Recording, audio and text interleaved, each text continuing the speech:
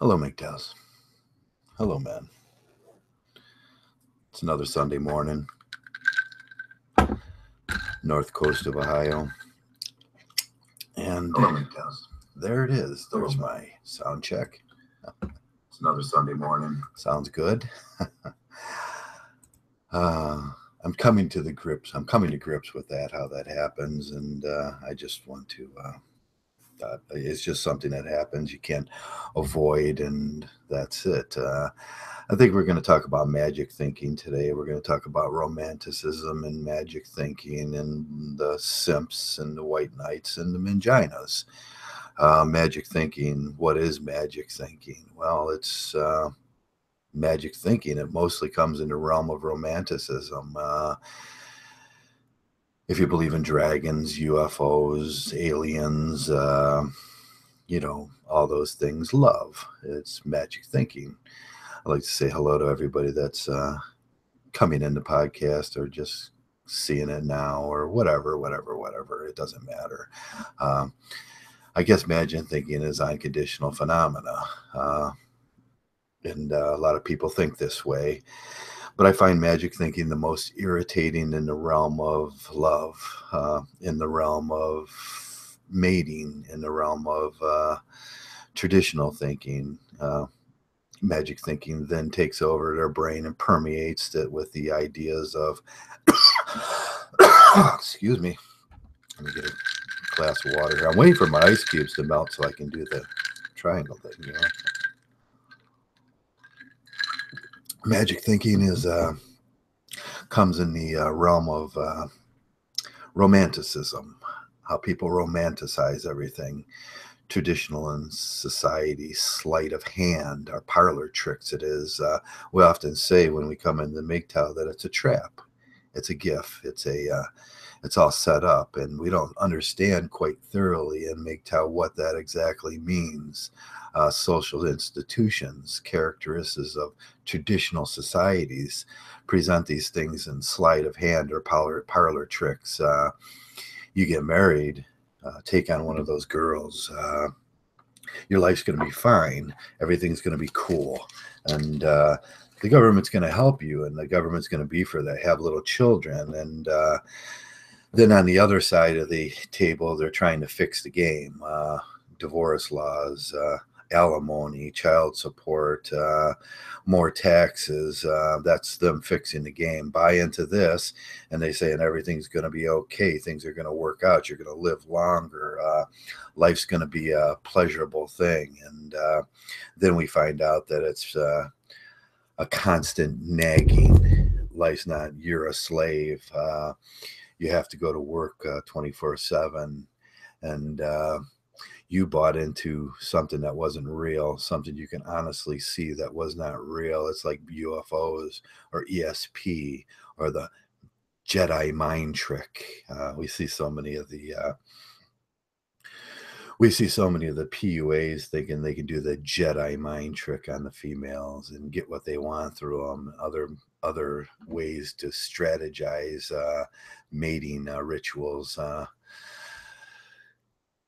Our minds become filled with garbage. It's a garbage bin of various odds and ends, and otherwise, it's going to do you no good to put all that garbage in there. A lot of Mgtow is coming back to what we call zero thinking. And I don't care. It's not zero game theory. It's not a game, and it's not it's not something you're going to play like a shell game to see who wins. Who's in the room now? Hello, MH. Hello, Shingles. And hello, John Kramer. Hello, everybody that's viewing. If you know where this channel is, good morning, Timothy Blades. Hello, everybody that's viewing. It's not a shell game. It's not a game that you play. You simply put yourself back to zero where there's nothing gained or nothing lost, and you try to keep yourself at zero. I often say in life that I'm a person that needs to be equal. Everything needs to be equal. If something gets stolen from me or something happens to me, I need to get that back to zero, because them are the things that are going to drive you crazy in life. Mgtow's getting your mind and your body and everything back to zero, where you stop driving yourself crazy in life and you put away all this magic thinking, unconditional phenomena in the realm of love and intrigue. And it's just like UFOs and ESP and all that stuff. It's not real. Love is not real. We know that. It's a chemical reaction. That's one of the first jumps you make when you go into Mgtow. It's a chemical reaction that happens. We often hear the metaphysical saying, my heart muscle wants what it wants. The heart muscle is simply ignorance personified in modern thinking and love and Cupid's arrow and all that stuff. What really happens is females carry 3 times the amount of bacteria as males. When bacteria enters your body, it goes to 2 places. It goes to your mind and it goes to your heart. Bacteria attaches to your heart and you get a sinking feeling. That is not a good thing. If you have an overage of bacteria in your heart, you will have a heart attack. It begins to kill you right off the bat. It begins to kill you right away. And then we have these stupid people that do magic thinking telling you, oh, dude, you know what that is? That's love in this metaphysical heart muscle that you have. Your heart does one thing. It pumps your blood. It regulates your pressure of your blood. It has a shelf line, and it does one thing. It's the hydraulics of your body. And it's not metaphysical. It does not care about what the girl is doing. You know what it cares about? When that bacteria gets stuck in the valves and it starts depleting the quality of the heart. And that's what it's telling you.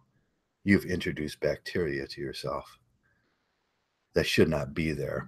Lots of guys will go to the ends of earth to get that feeling of love.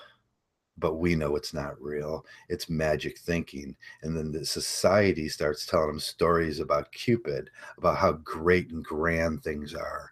And they start lying to you. It's the realm of traditionalism. It's the realm of garbage thinking. And that's where all this stuff starts. And that's where it goes. We can look at, I was reading yesterday, Zen and motorcycle maintenance, and there's a very good you can get it online. I'll put the link in the low bar, and I suggest that every man there goes to 132 on that 1 hour and 32 when he explains classical thinking and romantic thinking. And don't let the title throw you off. It has a little bit to do with motorcycle maintenance, but he uses that as an analogy. And what he does is he goes down through Kant and Paracelsus and all the philosophers and on this bike ride through America. And he tells us about what he thinks about people that are in the realm of magic thinking. And that's classic thinking versus romanticism as he sees it. Romanticism is simply magic thinking, where you're romanticizing everything like a piece of art or a statue, and you get that happy feeling when you look at it. And a lot of guys will romanticize females and get that happy feeling, and they'll draw in artsy pictures of Cupid shooting an arrow and all that bullshit. And that's not real. We know it's not real. And I think most of the people in the United States, well, most of the people in the world know it's not real. My glass isn't working today, but I just like to say hello to everybody that came around on Sunday morning. Soon, as of today, we have 4 more weeks. I think it's 4 more weeks. Let me check before I can go back on my other channel and get this thing back on track. Yeah, we have the 23rd, the 30th, and then I get my right. Oh, well, we have to go through 4 more weeks, and on the 5th week, on the 20th, I can probably start on the 15th on that Tuesday and go back to the Traversable Asceticism channel. But we still have a month left on that, and it's going wrong. And I just have to deal with it. And But there's no magic thinking in that. I know that it will be 3 months. I'm not going to argue with it. I'm not going to try to make it something it's not. We're not going to argue in the realm of right or wrong or theologically what happened there. I'll just have to deal with it, and that's what it is. I can plan for it. I can make events and plan for the day where I can come back to that. But arguing with it or trying to make up stories about it and trying to make something it isn't would be in the realm of magic thinking, and I would just be driving myself crazy. Hello, people.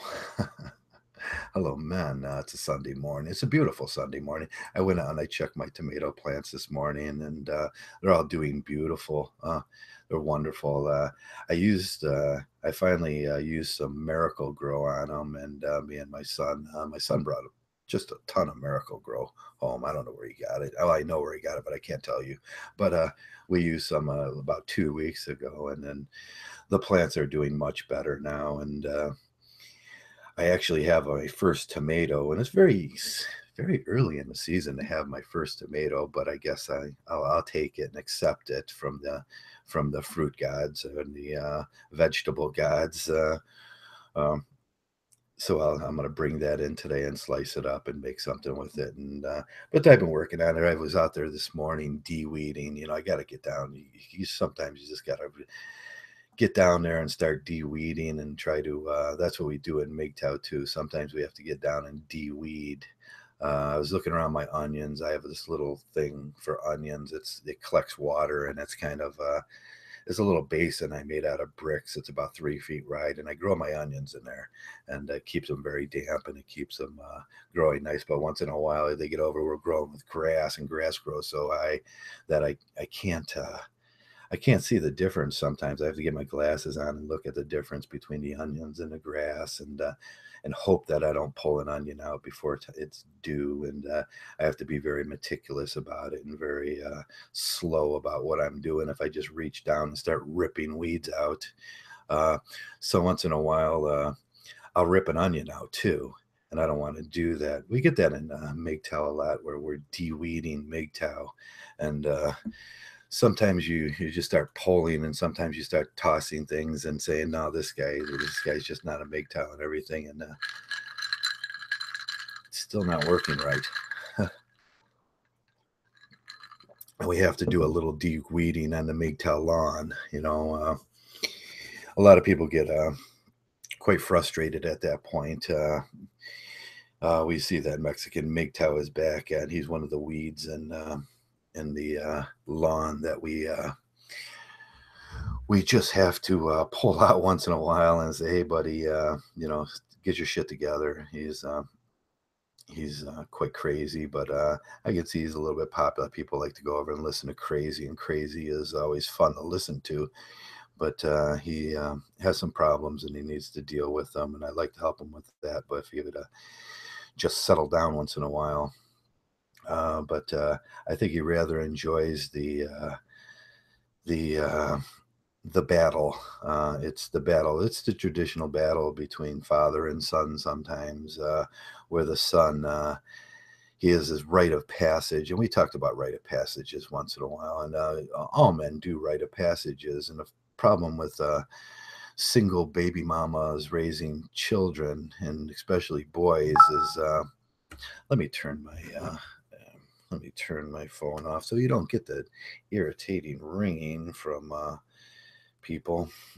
I always forget to do this, and it's so easy to do. I can just put it on snooze, and let's do 2-hour snooze. And there we go. Oops. Yeah, that worked well, huh? This is the last one came through. Hey, Trav, you sound like Vention. Yeah, Trav, you sound like Vention. Oh yeah, I'm doing my tomatoes and my gardening. I planted my tomato plants way close. They're about to take over one of the too close together. I thought in my mind's eye, I gave them enough room, but in reality, what was in my mind's eye wasn't quite enough room. I put 4 in a row, 4, and I was supposed to put 68 centimeters between them and everything. And that really didn't work out that way. I put more like 30 centimeters. They're about to take over one of the pepper plants. So I was thinking maybe I should dig up the pepper plant and move it. I don't know. We'll see how that goes today. I'll do that later and get out there when it gets a little closer to dusk now. So who's all in the room? Let's see. He's staying free. Mgtow. Hello, Shingles. Hello, Timothy Blades. All great guys. Oh, I see we kicked somebody out. That's Holy Blade. Leonard got kicked out by staying free for B saying what? Oh, he got 300-second timeout I always like to look at the messages. Sad violin song. All your tomatoes are dying. No, my tomatoes are. Yeah, it was a good call there. Stay free. I didn't say my tomatoes are dying. My tomatoes are great. Oh man. So yeah, I fertilized the living bejeebers. I got great looking tomato plants this year. I'm really proud of it because I really did the work necessary to do that. And now there's something wrong with the chat. Oh well. We'll see how this goes today. So we were talking about magic thinking, and there's so many conditions in magic thinking. What had happened there? Let's go back to where I'm supposed to be and click back in. There it is. Now I can see the chat. I couldn't see the chat there for a minute. Hello, Red Pill Ghost. Hello, Whiskey Stills and Tumbleweeds. How y'all doing today? And I hope you're all doing well. Who says that? I hope you're all doing well. I think it's Whiskey. But what was I talking? We were talking about magic thinking today, and that's the thing with romanticism. That's the thing we see that irritates us. There's 2 different types of people in this world. There's people that do classic thinking, like Marcus. We can use Marcus as a person that does classic thinking. There's no romanticism. There's no magic thinking in there. He just does syllogisms in his heads, and he does prepositions. And he says, well, is this preposition true or this preposition true? You figure it out in your head, and that's it. Either it's scientific and it's true, or it's not. And then we got people that do the romanticism. They're romanticizing cultural things. Unconditional phenomena and stuff like that. It's far-reaching and it's ranging. It's what I call off the field. We see the simps come in, and you got to take in a woman, because if you don't take in this woman, you're going to die of loneliness. That's far-reaching. That's not true. It's unconditional. It's not a phenomena. You are not going to die of huglessness. You don't need the hugs. And then they go on with the idea that somehow you're going to live longer, and basically you're not going to live longer. Basically, if you look at the monks of Athos and you look at traditional monks, they live second longest in this world to doctors. There's a good reason why doctors live the longest in this lifetime, because they know how to take care of themselves well. But monks in general, there's nothing special about them and their idea, except for they're a little homeopathic, and they do things. They keep one thing out of their lives. They'll say, well, monks drink wine, and not all monks drink wine, and they eat fish, and they don't eat meat. And that's not true for all monks. Some monks eat meat, and some monks drink beer, and some monks drink wine, and some monks live like Joe does in an aesthetic situation. But there's one thing they all do together, and they remove stress from life, and the major stressor in their life is females. The major stressor in most men's life is females. So when you think about who lives longest, you cannot take all married men that were married 40 years or longer. And that would be almost impossible to find, because in my lifetime, I've only met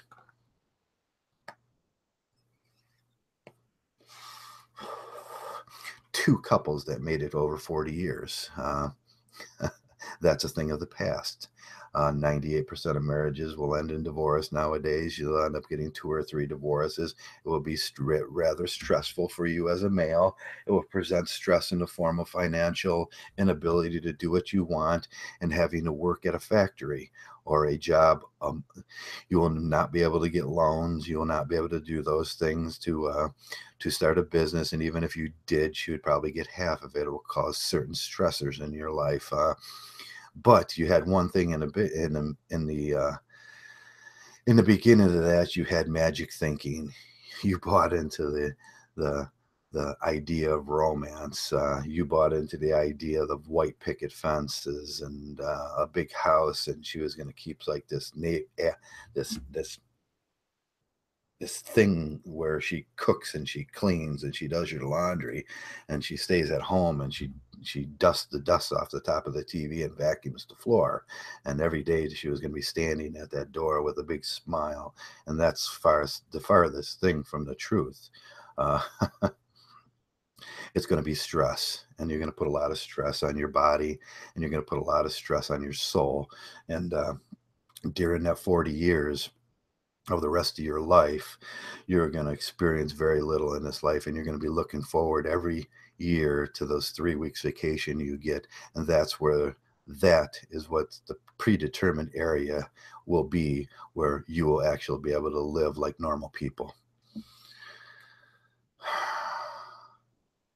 So let's say hello to some hello Red Pill Ghost. Did I say hello to Red Pill Ghost?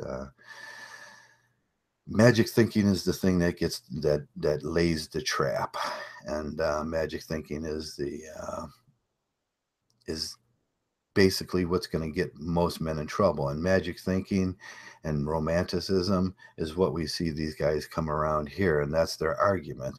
Their argument with us is based on romanticism. Romanticism is bullshit. It's off the field. I have to say it's off the field. It has nothing to do with nothing, but somewhere in the back of their minds, they have to distribute this idea thoroughly between everybody that this magic thinking is true. That if you just do this, this will happen. But we know that doesn't work out, and that's not right. It's sleight of hand, and it's a parlor trick, and we have to ask ourselves why these lies came around in this world, why these lies that they tell are, they'll stand by those lies, they'll fight for those lies. We look at Paracelsus, and Paracelsus was a philosopher that gave us the first look at classical thinking and romantic thinking. They put him in jail at the end. They said, "You're crazy because love is real." They said, they said you can't say these things, so they put him in jail, and that's what they get. They said he was crazy. They said he was gay. They said he was. Now you look at this, and does this sound familiar? Does this sound familiar in the Mgtowish sphere? You look at this argument, and you look out there, and these people are willing to defend that stupid thinking, that realm of crazy, with violence and force. And they're willing to defend that. All that crazy, all that magic thinking that they got in their head, they're willing to defend with violence. They did it to Pharisees. Why wouldn't they do it to you? It's documented. It happens time over time after time. Rage out against the traditional, against their paradigm, and they will attack. And that's what we see around here. So it is no surprise to me that these guys come around. And it is no surprise to me that some of them will go to far extents. I looked at Stephanie's video today, and he was attacking Joseph Smith. And I thought, wow, attacking Joseph Smith. Wow.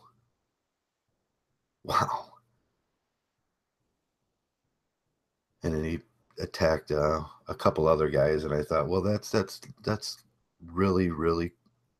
And I realized that the extent of evil that these guys will go to, that are the romantic thinkers, that think love is real, and think that think that just get yourself a girl and everything's going to be okay, and then you're going to have a farm and a house, and you'll have farm animals, and happy bluebirds will be singing, all that stuff. How crazy they are, the extent of evil they will go to propagate their lie.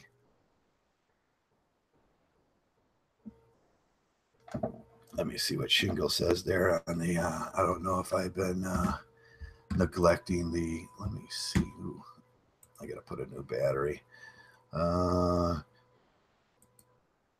Okay, Shingle said he's joined me in a little while. I have to do my monologue, so I don't really, care, but I'm almost done with my monologue. I can usually go for about 45 minutes nowadays.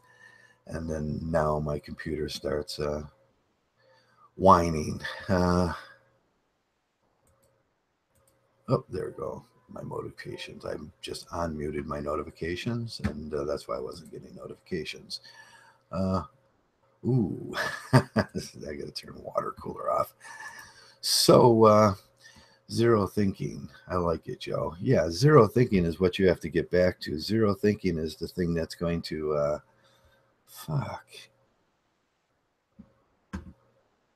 is the thing that's going to put you at zero. And there's no, from zero, there's only, you can only win or lose from there.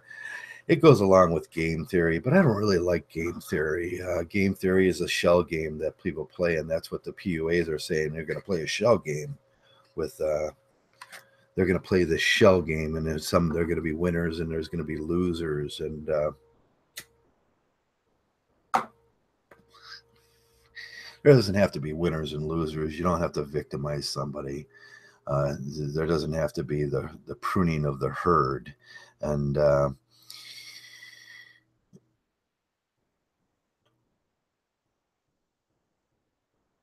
I just had a thought there. There doesn't have to be all the throwing the other guys under the bus. People should just understand their reality and all that stuff, and their specific reality, and go on with their life. And if your specific reality is a Mgtow reality, where you're basing your thinking on if I do this, there's a possibility, there's a 79% possibility I'll end up like Joe. I'm not going to do that again. And that's why we give our stories, and that's why we say these things that we say. The divorce rate's not 50-50. You see some of these morons running around here saying the divorce rate is 50-50, and that's just lawyer talk shilling. Hey, 50-50, take a chance, you'll win. It's a shell game, and that's magic thinking. When you look at the stats, they're more resemble 78 to 82%, which I find to be reasonable.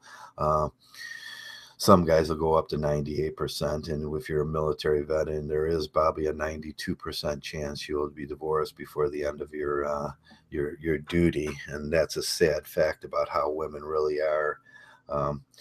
We see all the flag wavers and the women out there. Yeah, America, wave your flag. They're giving us our freedom. All these soldiers are coming home in boxes, and then there's a 92% divorce rate. And if you ever seen the Wall of Shame, it surely is a wall of shame. I sat there in Fort Lee one day looking up at the Wall of Shame where the guys were putting their letters up. And the sergeant, there was an actual sergeant that his job was specifically watching the Wall of Shame, because once in a while feminists would come up and try ripping down all the letters. And you read them and they were all sad. And it's like every single one, there was 30,000 letters on the Wall of Shame. 30,000 letters, and he says he's been keeping them for like 2 years or something, and that's a sad indictment of how women are. The divorce rate is very high, and if you're one of these guys that just gonna buy into that, like some of the magic thinking romantic guys, that's just crazy. I could say there's nothing we can do about them, but like the book I was reading yesterday, and I suggested everybody kind of listens to the first 2 hours of that book. If you don't listen to anything, it's a 7-hour listen. You can do it in your car. It's called Zen and Motorcycle motorcycle repairs, and I put it in the thing, and it goes through a lot of different types of thinking. and how he perceives it and everything. And it explains a little bit. 132 and that to 138, you will find something real Mgtow about what he says, and that's about classic thinking and romantic thinking. Romantic thinking, they're people just sitting in a realm of magic thinking. And how do you deal with them? Half the world, not more than half the world, I would say 82% of the world, probably 84 to 86, I don't know, percent of the world think that way. A lot of our laws are formed on magic thinking. A lot of our societies in general are formed on religious thinking and magic thinking, and it screws up everything.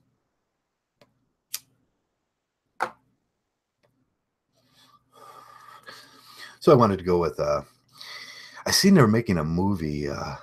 It's another magic thinking. It was written. I read it when I was a kid. I found it fascinating because I was a child, and they're making a new movie. They're about to kill all the little kids. Kids book. It's called Wrinkle in Time. Every little child reads Madeline Allegains. I think her name is Madeline. I just called her Madeline.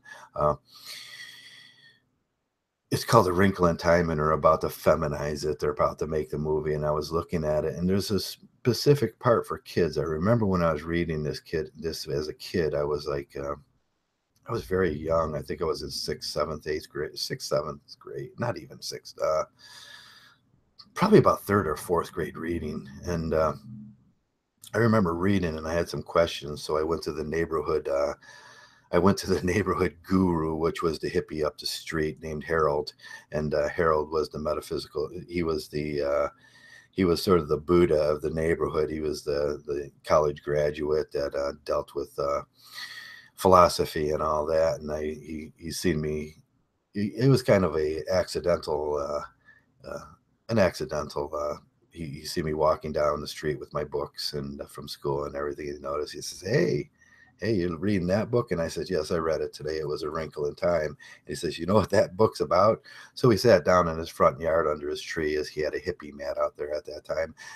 You got to imagine this in your head. When I was growing up, there were hippies everywhere, and they had their bandanas on and their long hair and their Led Zeppelin t-shirts and their high heel stacks and or their what do you call it? Slippers. Which were really comfortable. Goddamn, I miss those old Indian slippers that the hippies used to make, because I used to get my slippers made specifically from a hippie for the house slippers, because they did such a damn good job on it. But now we don't have hippies that make house slippers, and but that's only the one thing I do miss from the hippies. So we sat down under the tree, and he said, you're Joey. And I said, yeah. And he says, I know your dad. And he says, imagine this on the book. And he says, imagine this. Where is your dad every day? And I said, he's not going to get home till late. And by that time, I'm going to be asleep. And he says, you miss your dad, don't you? And that's what the book's about. Someone kidnapped a dad. But they're going to make it. So it's a feminized thing now. It's going into the wonderful world of magic thinking and feminization and this strong, powerful girls and everything. And the whole book wasn't really about that. The whole book was a child's perception about the evil that takes fathers away. And but they won't say that.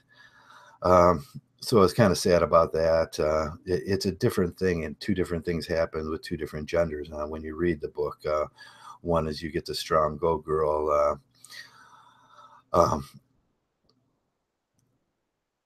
narrative, and then as a boy you read the book and you get the what happens to all the fathers narrative, and when the fathers, and then the little girls sometimes look over and say, I miss my dad too. And it provides us with back then it provided us with a good idea of good and evil and what evil looks like, and that was the use of the book. But they're going to redo it in Hollywood and screw that up and put the go girl narrative to that.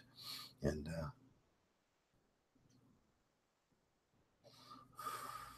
I was just sorry about that. Once in a while I have to glance over and see what you're talking about. JK's bullying you. Don't let JK bully you. stay in free Mgtow. Howard Dare doesn't have a Howard, you don't have your hammer. Everybody gets a hammer when they're in here. I got to put up. MH doesn't have it. I thought I gave MH the hammer a little while ago too, and but it's not there anymore. But that's the problems with this this channel is it's not the regular channel. It doesn't work right. I was noticing today it just doesn't work right at all. So I'm stuck with how to send out things and how not to send up. But a month away, we're a month away. That'll be August 14th, where I can go back over on Traversible Asceticism's channel, and everything will go back to normal unless they take it down again, which I thoroughly think they will try to take it down. Then I'm going to have to do something drastic. But that's the way they censor you. Howard's been going through a little bit of censorship, and I had that happen to me where one guy took all my videos and started to put them up in his name, and I didn't understand why he was doing that. And Howard's got it right. They're doing that to block you, all the good work you do with SEO. And even if you're not SEOing, even if you're just becoming a little more popular gradually, like my channel back then stopped about 2,400, and I didn't realize what had happened is the one guy put all my videos up, and he put his name under there, and it was antique cars, and then all my videos, and then I got a little and it stopped growing, and I can't, because the SEO, or the way the gradual way that YouTube determines how you get to the top of that. But I did notice Howard's video is right at the top of the today thing, so that's good to see that it hasn't affected you in that kind of way yet.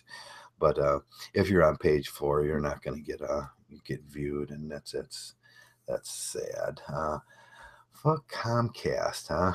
Yeah, I don't like Comcast. I have Time Warner now. That's Spectrum, and I'm kind of happy because, well, you know what happened there with the election time. We get better service now because the loser Hillary, they were going to do anything to kiss her ass, so they put the fiber optic cable up to the city, and then now we get a good amount of maps.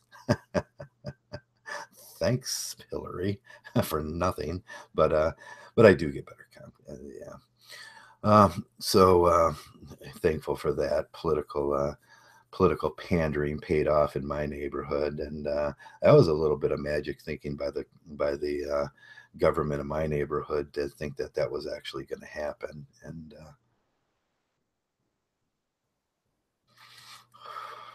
that wasn't going to happen. I gotta go back, and I don't know if there's any good books that are gonna start researching that political climate during the election last year, and they should come out. Someone reputable should write a good book about that. And I don't know what reputable is nowadays. I would say an independent author or something about what exactly happened during that whole election period, and kind of put it together. And because it would just be interesting to just kind of document that, because right now everybody's shunning it and going, we want to forget about that. Now my computer just started whining, and that means that either Google or somebody, I'm going to close everything down for a second and move it over to here and see what's running. One of the problems with Google Chrome is they will never let you alone while you're on a podcast. Oh yeah, I'm running at 42%, 56% right now. And let's see who's, yeah, it's Google Chrome. I don't know why they do that. You'll probably start noticing some people get kicked off, and some people won't show up. And we'll see how that goes with Google Chrome. But as for the topic today, I'll try to get back to it. It's just, these things irritate me. Surprisingly, it's not McAfee, it's Google Chrome. They're running 53, maybe 56, up to 59% of my my CPU right now for no reason at all. Every single time I do a podcast, it's always running like that, and I don't know why. Doesn't take all that much to run a podcast. So let me see what I had. Nope, that's not the one I wanted to go to here. Yeah, I think I just needed to. That's better. I had to turn it off. And go back and click. Sometimes I think with all this garbage and everything that goes on, and I think about that Idiocracy movie, and when Brando's got electrolytes, and when I think about the romantic thinkers and everything, and we call it, we have a unique name, and especially in our group, we call it milk apple because it doesn't make no sense. They come around and start explaining. It's like opposites, they start explaining these things. Let me fix this back to where I was. Okay. And it doesn't look like it had too much of an impact. That last hit I took by Google Chrome. But let me see. How long am I going? 41 minutes here. Shingle said he's going to come in. I invited a bunch of guys in. If it doesn't, if no one comes in, then I'll just wrap it up after about an hour and a half, I suppose. And if I can ever get back on track here. So we have a variety of, you would think we have a variety of ways of thinking in this world. And yeah, to much part, some people think different than other people. And you can never kind of tell what a woman's thinking. That's funny to me, too. I heard it all the time when I was growing up. Hey, don't try to get into the mind of a woman. There's not enough duct tape in the world to fix that. That was a common joke.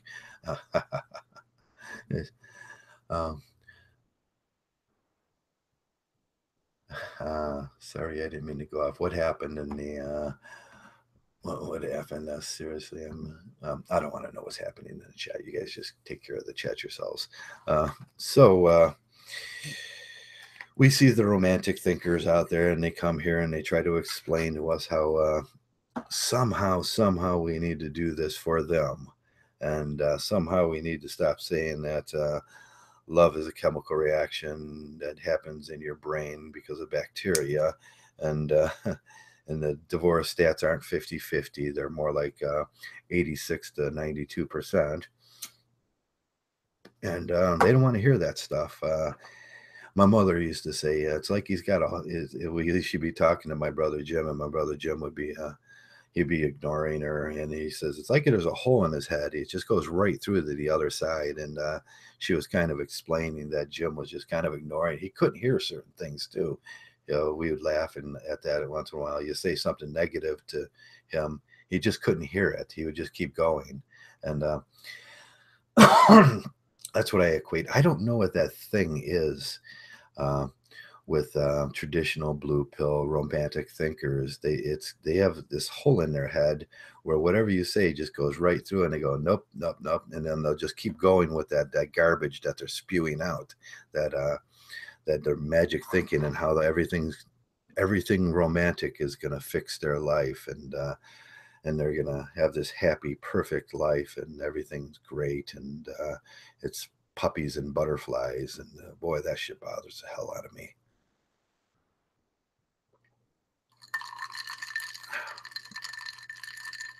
There we go. So it's a Sunday afternoon in the north coast of Ohio, and I really don't. We went on for 44 minutes. That's probably enough of that garbage. What's going on in the news today? I had another topic. I forgot what it was. I was going to talk a little bit about the MRA today, and Betsy DeVos, the secretary of the Secretary of Education, did some really screwed up things this week, and the MRAs are taking they're not taking any.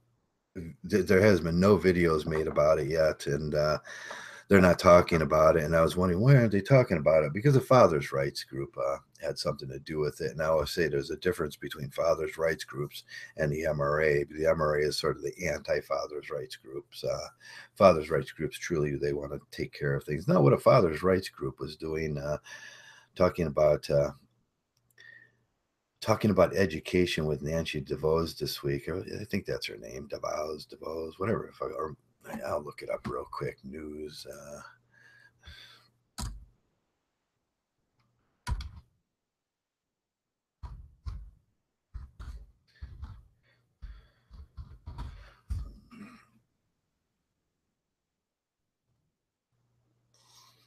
Betsy DeVos, the education. Why I was calling Nancy, and Betsy. I always call the guys when I get really mad. I go Nancy. I call them Nancy, but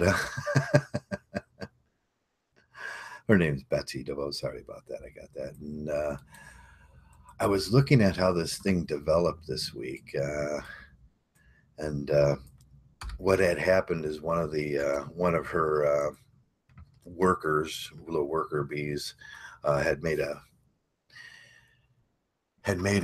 comment about something, and then well, what it has a lot to do with, if you look at the timeline about it, was about the difference between private education and public education in Title 5 or 4, or whatever that title is that they use to, or Title 9, I can't remember. It's 1X, so that would be 4, I think, or if that be 6, I don't know. So she was she's been talking about campus sexual assault lately, and campus sexual assault is a big thing, and I got some ideas about how that happens and why it happens and everything. And it was the Obama administration wanted to get women. Ooh, let's turn that off. And they wanted to get women to the point where they were getting educated equally to the graduation stats of men. So at that point in time, 20 years ago, was probably 54% men and then 46% women that were educating. And they probably set their sights on 50-50, and then now it's 64% women and 48 and a lot less 42%, 44% men, or somewhere around there, that are graduating from colleges, and what they do to men in colleges. And we can see with guys like Stuart Hunkler. He's a very talented individual that probably should be in college developing his skills. He can't go to the college because of a false accusation. And so they set their sights on like 22% or something, and then they clearly made their sights, but those are exaggerated sights, because all they really needed was 6% of a difference. So they and now everybody's like, oh, there's something wrong here, because we're not getting the men now that should be graduating with technical abilities into the workplace. And now they're looking at, oh, look what we did, look how we fucked that up. Anytime the government does anything, they fuck it up. And Nancy DeVos has been looking at that this week. But I found it funny that none of the MRAs were in on that. None of the MRAs were talking about that. Usually they're right there to take credit for some kind of victory that they had nothing to do with it. And I'm trying to look up the fathers' rights group that they invited over there. And that was the first indicator that, why was this fathers' rights group? Well, they're a nonprofit, and they're running through Health and Human Services. So it's a gatekeeping process. So they're talking about this. It's inside of a what you would consider a bubble. They're doing it inside of their bubble. They're not asking actual men's rights activists about it. They're doing it inside one of their little bubbles, and they picked this Fathers' Right, the National Coalition for Fathers. But what I was thinking about, what does this have to do? They probably got some funding or something from it, and what does that have to do with fathers' rights? We want to start talking about divorce, and we want to talk about that stuff. That's what fathers' rights groups do, and the MRA has been very standoffish about this, but they will be quick take credit for anything that comes of it. But what I found it interesting, what they did is Nancy DeVos, she had this 3 set platform that they were going to talk to. They were going to talk to the schools, and they were going to talk to the victims of sexual assault. Then they were going to talk to victims of false sexual assault accusations, and see how this plays into the big scheme of how they do funding in college, which are 2 different things. They're just so off base with this. And what happened to this whole thing is a man can get kicked off of college for almost anything nowadays. I don't know what the stats are from enrollment in college to actual graduation in college, and I think that's would be the gender stats between those, because I would think that more men would enroll in college, um, or at least equal amounts would enroll in college. By the time that's done, we lose 12%. Why do we lose 12% of our boys? Why are 12% of our boys getting kicked off of college? Why is 12% of our boys not graduating or figuring out that this thing is there's some trap, there's some magic thinking in the air, there's something that doesn't quite work out, why they can't get their educations? And I think that was just the Obama administration overdoing their preset goals.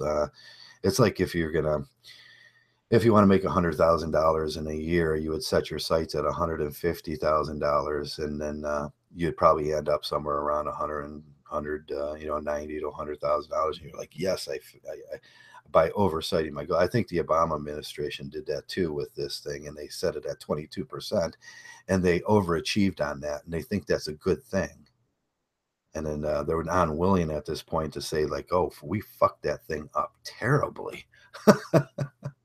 So that was one of the things in the news. And at the end of this thing, what I'm really waiting to roll down and see what happens, if anything actually gets changed, or this was changed, or is this what's going to be just big words. You're just using their big words, and nothing actually happens to get done. I always say that anytime something like this happens, that it's going to be hijacked by feminism. And it did get hijacked, because Nancy, she instead of talking to the men's rights on a 3rd day, she talked to the men's rights people on a 2nd day. And then on the 3rd day of this thing this week, she talked to the victims of sexual assault. And then the victims of sexual assault, and then the Huffington Post and the Salon jumped on at that point, and all these news media outlets and the feminist news media outlets all started pouring in and just saturating the news with, it's about the victim. It's about the poor girls, and we don't need to think about anything else. Just listen. They're doing the same old thing. Just listen. They're still not willing to give up the ghost on. They overexcelled and getting women's to the point of graduation with all those gender studies courses they're taking. And they're still not willing to give it up. It's taking stupid all the way to the end is what they'll do. They'll take stupid to the depths and darkest places, and and just keep going with that. That's all that romanticized thinking that we were talking about, and that magic thinking that you're gonna have girls up there that are just gonna fill the halls of the workplace, and they're gonna do all that heavy lifting, and they're gonna be on the oil rigs, and with the big, the big 50. You ever carry one of those big wrenches? I don't know if you guys, I used to have 2 4-foot wrenches. I used a 4-footer and a 3-footer. And you see this classic picture of the girl with a 3-foot wrench. That thing's about, I would drag it across I'm a 300-pound guy, very fit. I would drag it across the shop, because you put that thing on your shoulder and it crushes your shoulder. Them things are very heavy. I did go and buy an aluminum one. It was a 40-inch aluminum. It costed me huge bucks. And then someone stole it. That's usually what happens. So in the news today, what's actually in the news today? Oh my God. Let me do this right. Google News has been screwing up. and she was one of the most more interesting cases. But I just found it interesting that the MRA wasn't. They weren't picking up on what was going on there, and of course, the unpopular health care bill is at the front of the news, and then Trump. His approval, his ratings have gone down to the lowest point since 1975. I don't know how they get that. Oh, there was a Roger Federer. I wanted to talk about Roger Federer. He won his record-breaking 8th Wimbledon title, and no one really talks about Roger Federer and the way they would talk about Lance Armstrong or some of the great athletes like Jim Brown, Lance Armstrong, those guys that have this monumental, they're like these icons of their sport and everything. Roger Federer, he just portrays this kind of guy that I think they're afraid of what he is. He's just again this average guy that plays really good tennis. That's what he does, and he won his 8th.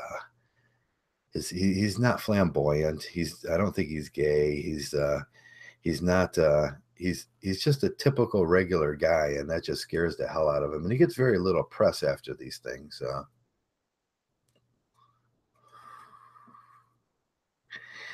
I see another American was sentenced in prison for 10 years for spying.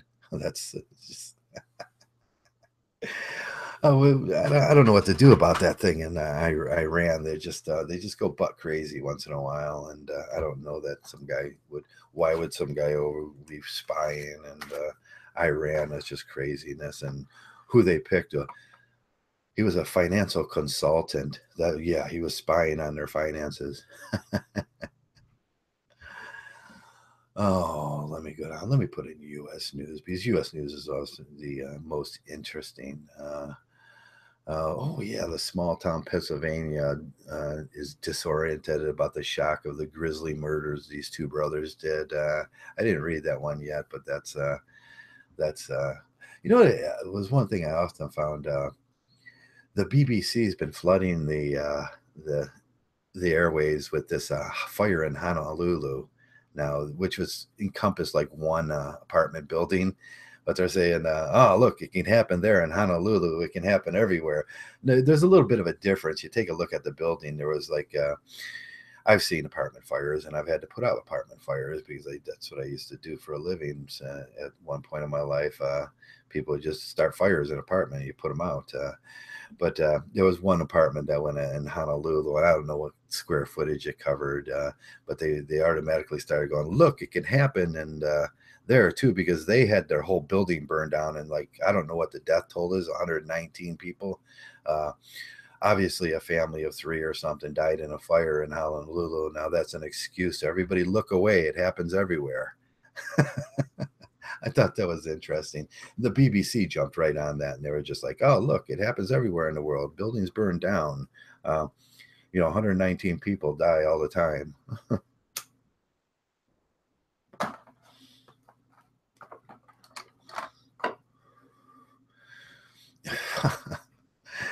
I didn't want to bring this up, but I will anyways. The child welfare investigator in Seattle, Ed Murray, was he was this. You can look at him and kind of tell. I would not keep friends with a guy like that face. He looks like that. What was the guy for the what was it? Subway. Jared. Something about people that look like that with Jared is like you couldn't tell. My whole the whole time he was on there, I would always say, that guy looks like a fucking pervert, and you can tell by looking at that guy. He looks like a pervert. But now we got this new guy up in Seattle. There, he's a child welfare investigator for Seattle, Ed Murray. He abused his foster son.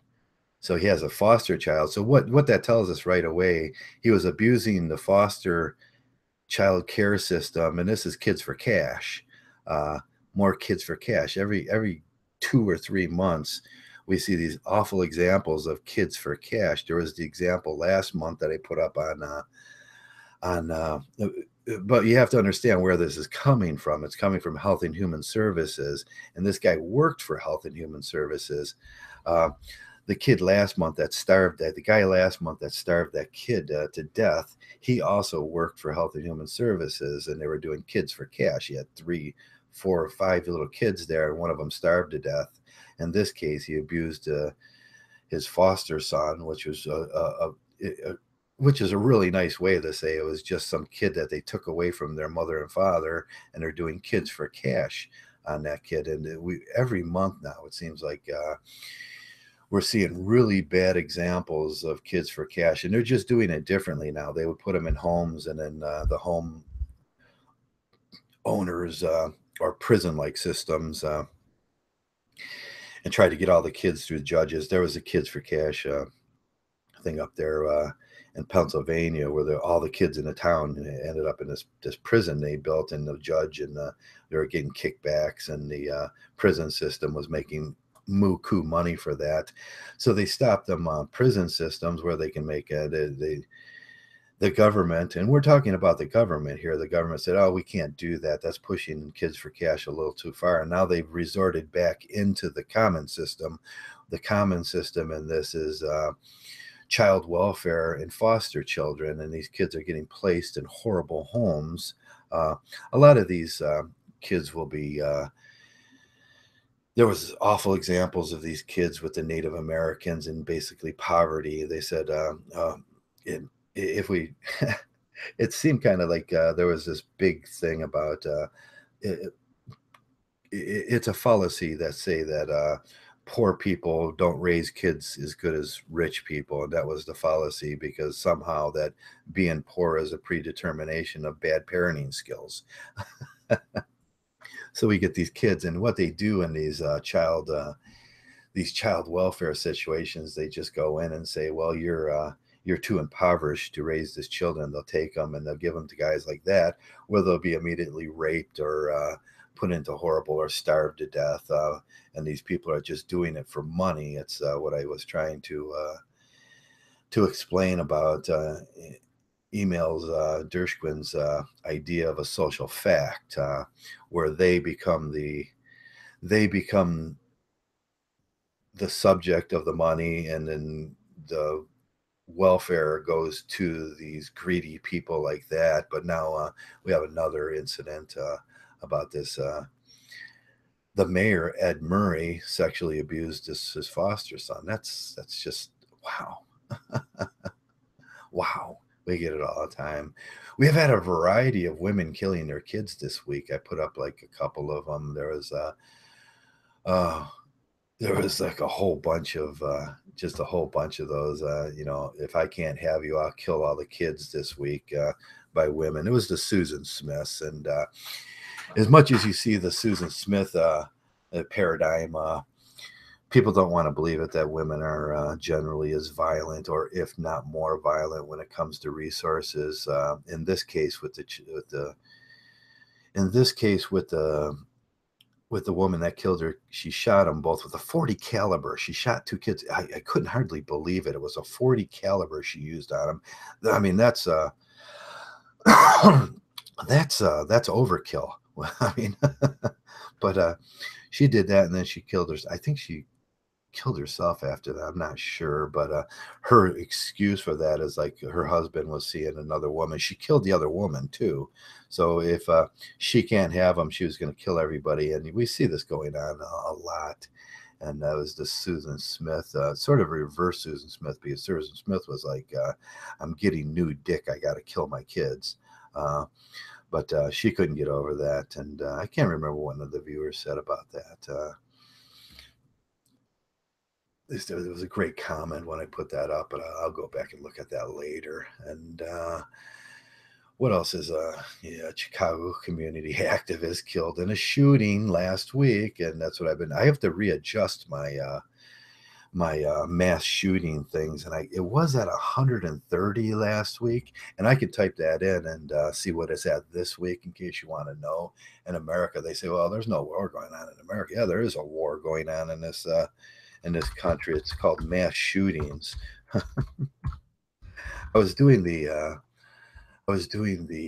research, and I wanted to see if there was if why these mass shootings, and most of the time it's over a woman or it happens at a party, uh, and what they call a clubbing situation. Most of the mass shootings, and I found that really interesting. Most of the mass shootings were happening, and oh, now I got a 526 error on that.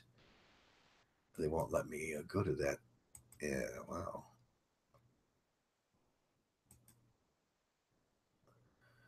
Oh, so they're not going to give me a.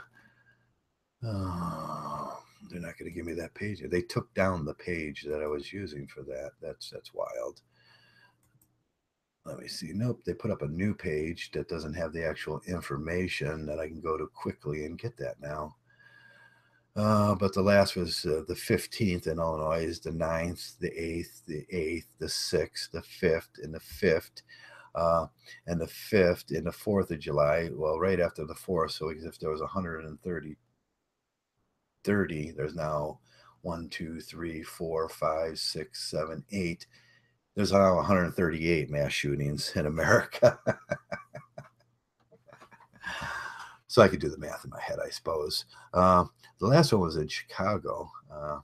And Chicago's kind of known for their shootings. They won't call the gang shootings mass shootings. That's just, I found that funny that when we were going through, violence, they gave the profile of people that were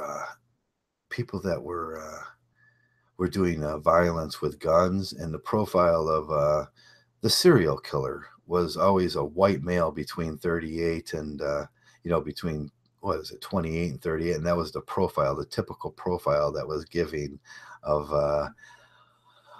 serial killers. And my big question was, it's the same thing as always been when you do these profiles. I said, well, of course it's going to be a white male because that's what gets on. And I thought that gang violence wasn't included in there somehow, that gang violence and serial killings weren't included in the same thing. So you got this screwed up profile of, and profiling is pretty bad to begin with.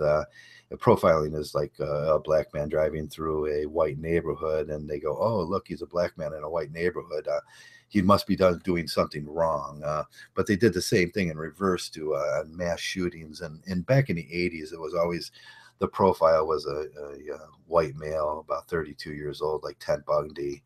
And but they were looking at all the information on that. But it is up to, is mass violence is up. I don't know how many people are killed because they won't give me my page that I was using, mass shooting tracker. The host is down today, so I have to find a new reliable page for that so I can get, of course they would take it down.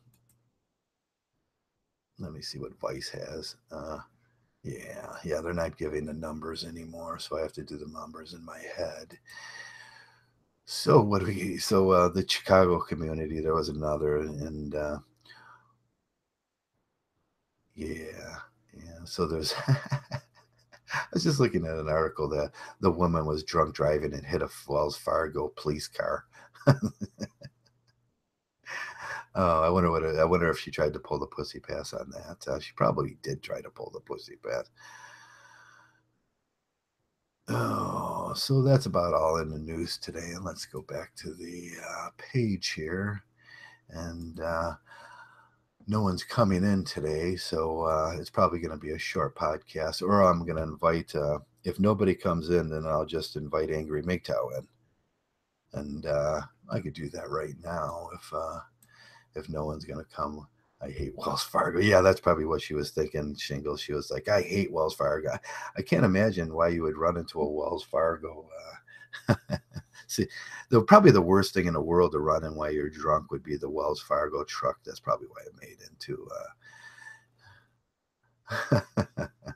That was my threat, Joey. If nobody came in today, I was just gonna bring in Angry Mgtow, and that would be it. Or I'll bring in Hairless Ape or Zephaniah if no one's interested in the Sunday podcasts anymore. But today's topic was magic thinking and the romancers.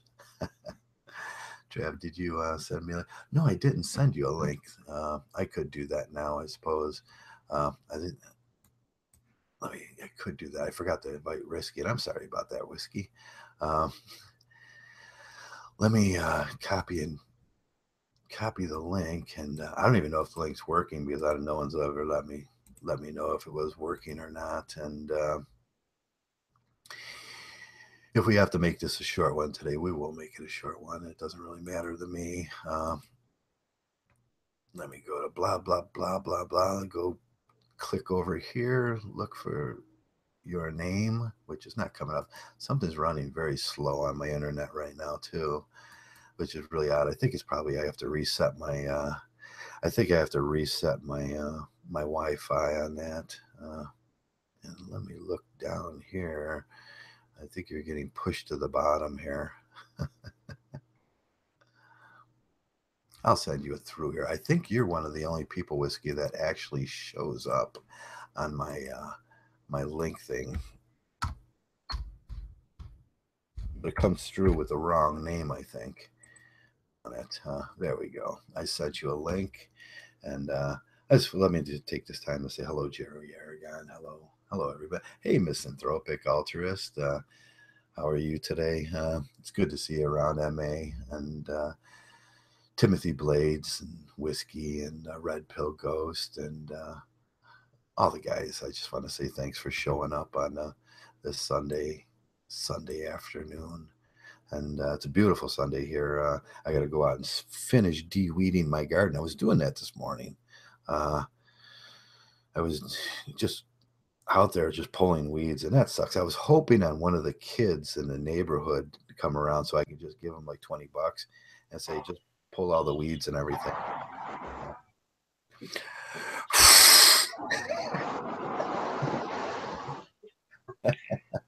What the hell is that?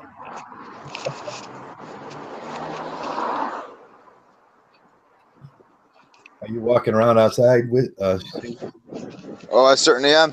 Are you getting some like reverb there? Are you? Yeah, it sounded like the air blowing against the side of a cell phone. Okay, is that much better? Yeah, you know what you could do if it doesn't stop doing that, you could wrap it up with a small piece of cloth in between the air, or a piece of foam on the put a piece of foam up against the speaker. Okay, right. Just to act as a bit of a filter, like a. Yeah, like a filter. Yeah. Well, I just put my phone in my pocket there. Is that any better? Yeah, that's okay, I guess. Yeah. Okay. Well, what I'm going to do is I'm going to try and I'm going to walk down to the local park here. So I'll be about maybe 10 or 15 minutes. I'm going to get my nice spot on my park bench, and maybe until then I might mute the mic, perhaps, if it's a bit too bad in terms of the reverb. Oh no, it's okay now that it's in your pocket. Yeah, it was. Oh, nice. It's just such a gorgeous day here, man. I just said, you know what, I'm going to go for a nice walk, and I got my new smartphone this week, so it allows me to, as you might expect, to do these sorts of things when you're mobile, which is great. Oh yeah, you're asking that question. What kind of phone did you get? Oh, I got like a Samsung Galaxy. I think it's a J3. It was it wasn't very expensive, but it's just what I needed. Yeah, my Samsung Galaxy. I just got rid of my Samsung Galaxy, and okay. And it was better for podcasting and stuff if I wanted to join in. Now I went with the LG, which is supposed to be a better phone, and sometimes what they say is better phones aren't better phones. Yeah. And sure. This one definitely doesn't do podcasting. I couldn't even figure out the other day when we were talking about that how to do it on this phone. Yeah, that's a real shame. Pardon me, that's a real shame. Now I want to go back with my Samsung but I can't now. I probably could and just kind of give this one to somebody. And because I love the Samsung, they just seem to be very functional. They are, one of my first phones was a Samsung. Now this is going back to like the early to mid 2000s, where phones were like bricks. But yeah. I got to show you guys the first phone I ever had. I have it in the drawer over there. One of these days I'll kind of bring it up. It's got the antenna on it. Yeah, proper old school. the big buttons with the little screen on the top that you can hardly see nothing on. It just kind of tells you the number and everything, and you got the big antenna you unfold, and it's like, this is my 1986. I think I got that phone in 1986. It was my first. Holy smokes! My first cell phone. It was like, Wow. Yeah. Them cars going by that. Yeah, I think them are cars that we hear, not the. Oh yeah. Yeah. I live on like a main road here, so yeah, I just needed to get out of the sort of the main activity. But yeah, I'll just take a nice back route here, and I'll be out of traffic in no time. Yeah. Do you got a nice park in your area to go to? Yeah, I do actually. It's really nice. It's funny though, because I'm actually in the middle of like moving house, which is kind of sad but nice at the same time. So I'm going to be moving out into like a more like a rural, like secluded area, even though I'll be still living in the middle of a town. But at the same time, it'll be much better because like right now where I live, it's on the main bloody road and it's a pain in the ass. Oh, yeah. Well, moving out to the country area is always nice. I was trying to figure out how to get whiskey stills in there. Oh, you see, I followed the link and the link worked. So if you just give him the link, he should be fine with it. Yeah, which I'm trying to find which hangout window he's in. Well, have you ever had a private conversation with him? Maybe you should just start one, and then you can just post in there, as you know, like you do with me. Yeah, I had a special hangout window. That's why I try to keep the special hangout windows, so I can I can send the things, and then the guys. I had a hangout window. And as we all know, of course, he needs to accept the invite too before he can actually see it. So that might be a thing he needs. That might be a thing he needs to do as well. Let me go down my list here. He should be on my list. I don't know why in the world he would disappear from my list. Ooh, there's SPI Latinos on my list. I don't know how he got on my list. I thought I erased this. You ever notice that, like, you erase people and then they keep showing up on your list? They just keep coming back for more, Joe. They just can't get enough of you. They can't get enough of yelling at me. There you go. I'll open. It's like you were saying with It's like when you were on that stream with the hairless the last day, that absolute shit show. You were saying, Jesus, hairless, why? Have you got some sort of a man crush or some shit? Like, what the hell is going on? What the hell's going on with you? Yeah, all week he's been making like, and he keeps doing the weasel word shit. Like it's code talk. You know who I'm talking about? That guy. It's just awful. Anyway, I'm not going to bring him up again. I don't want to deteriorate the quality and the caliber of the hangout style that you've put on today, because I was listening like since the start. It's been very, very good, and I'm well impressed. And you mentioned some very, very key points, at least like 3 or 4, that I'd like to maybe get if we get a chance, if it happens organically, just to reiterate on those points briefly, because I think they were very, very worthy of being brought up, especially on a Sunday morning when we get to recap. Yeah. On what's important, you know.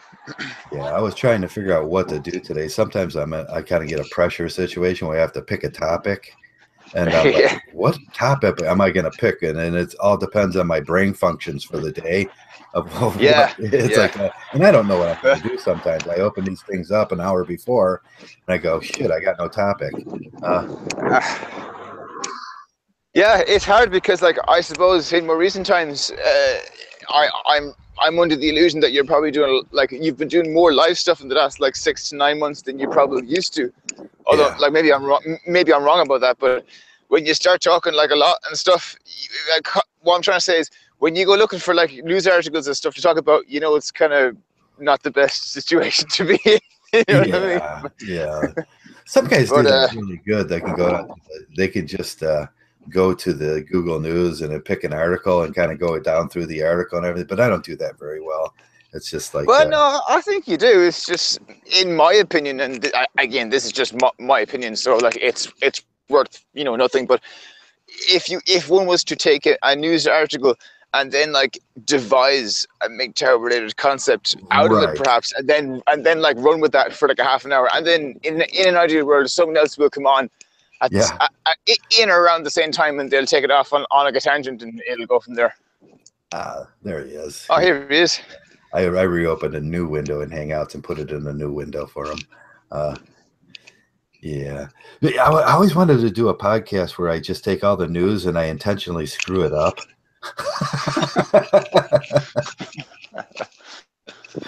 It's just like why the hell not? Or just you get. Sometimes I kind of got this skill. I can take a look at quickly take a look at a headline and reassert a different word and screw it up.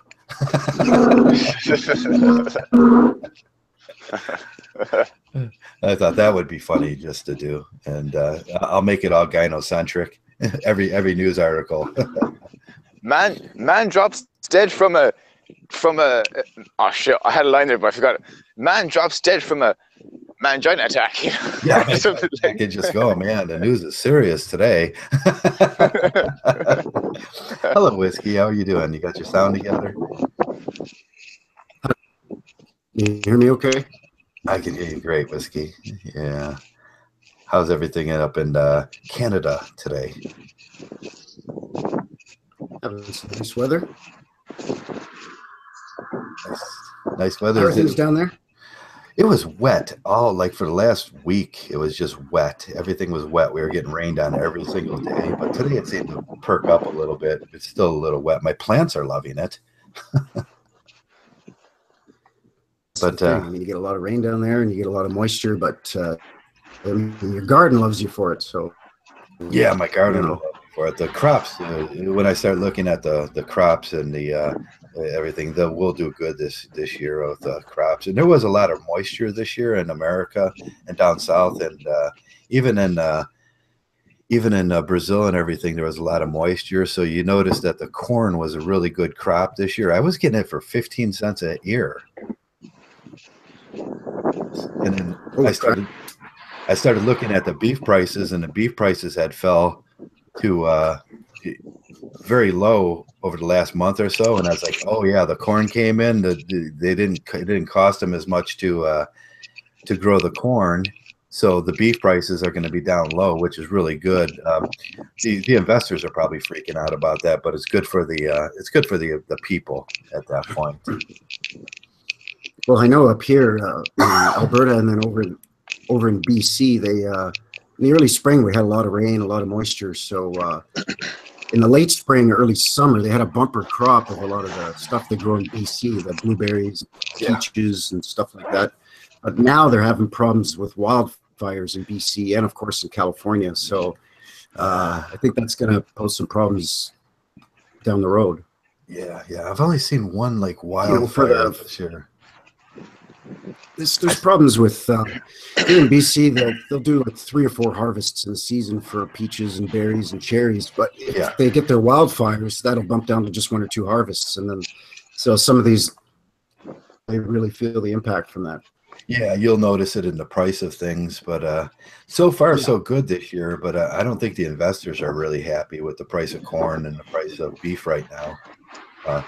When they could be charging like $9-10 a pound for it. And right now it's sitting at $4.99 a pound. It's like, they got to be really unhappy. Yeah.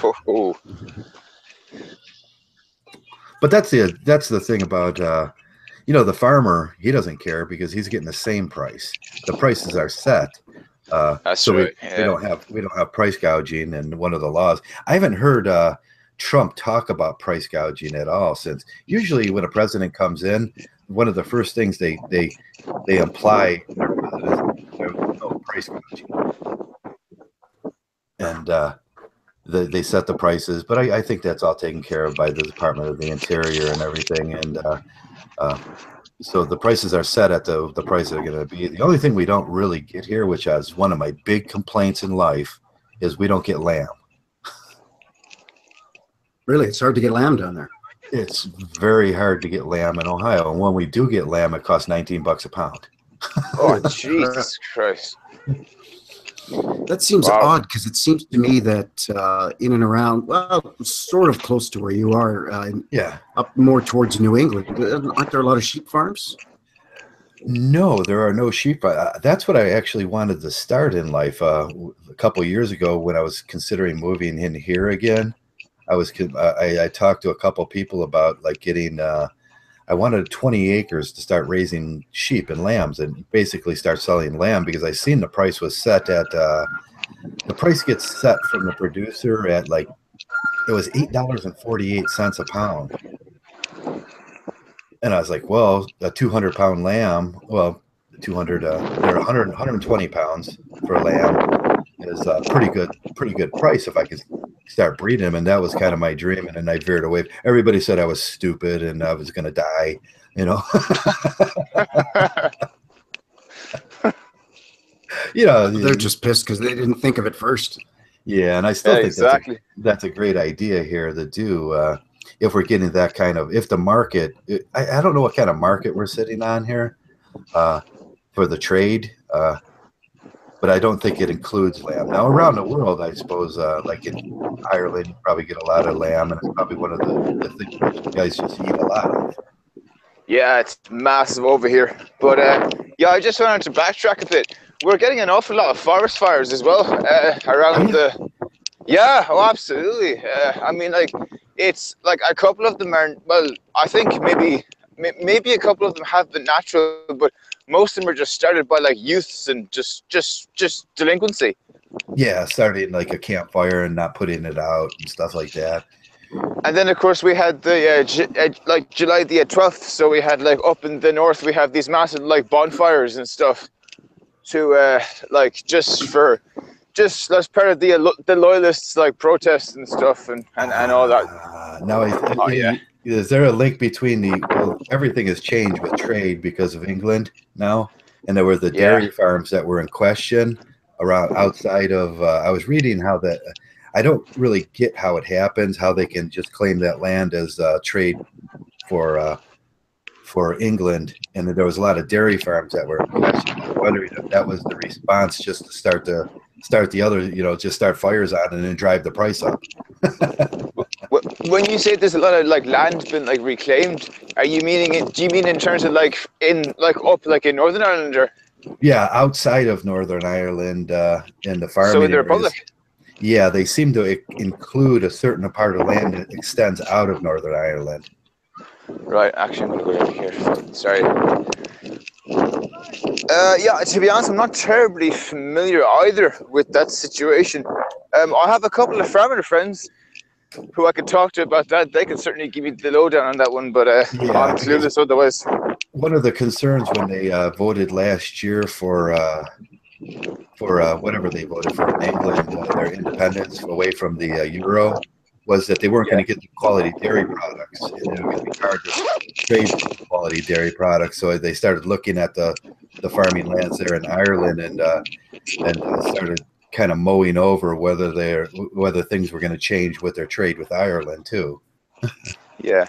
And I thought that was interesting, but it was like this. It was this entitlement thing, and you have to trade with us, and it's like no, nobody has to trade with anybody. Exactly, that's the whole point about trading in the first place. It shouldn't be this like monopoly. It should be there should be like a negotiation and a haggle, and it should be quite natural, and there shouldn't be too much pressure, because if there is, like that's when obviously that's when all the problems start. Yeah. So, but have you guys over in the States been hearing about the backlash in relation to the Brexit vote? Yeah. There's a lot of. We don't get saturated with it in the American press like you guys get over there with the BBC and everything. It's just saturated with the backlash. They get. Oh yeah, it's just sickening. I mean, it's like the Lisbon Treaty all over again. I don't know if you're familiar with the Lisbon Treaty. Yeah, that's what they were saying. It looks like the Lisbon Treaty, and didn't work out. I don't know the ins and outs of the Lisbon Treaty, but yeah. But yeah, it'll work out in a wash, I guess. They've over politicized it too, haven't they? Massively so. I mean, they got like Shining. He'll tell you more about this if he ever comes on and stuff. It's like they got like the ex-prime minister, like a guy called Tony Blair. Yeah. They got him on like Sky News and shit, like talking about how he thinks it's a shambles that the UK are leaving and all this sort of crap, and it's just miserable. It is miserable. It's Tony That's Blair. what it is. Does he still live in Washington, D.C.? Or did they move back to England? I simply couldn't tell you, Joe. I haven't a clue, and I care less, to be honest with you. I mean, he's just another one of those moist boy chronic masturbators. I couldn't. Yeah, him and George Bush were big. They were like stroking each other, but he did the ultimate social crime. He moved to America and married a Catholic girl. Oh shit! And hey, whiskey man. Oh, sorry. Go on. Go ahead. No, I just wanted to say hello to Whiskey because I haven't spoken to him. How are you keeping, Whiskey? I'm doing very well. How you doing, bro? Good, man. Good. It's good to hear you, man. Yeah, I'm doing well. I'm happy out. Yeah, it's all good. It's all good around here. But yeah. Did you actually listen? I've had a lot of fun here the past week. So I've been having a lot of fun here this past week. We had the big rodeo in town, so that was a good time for me. Nice one.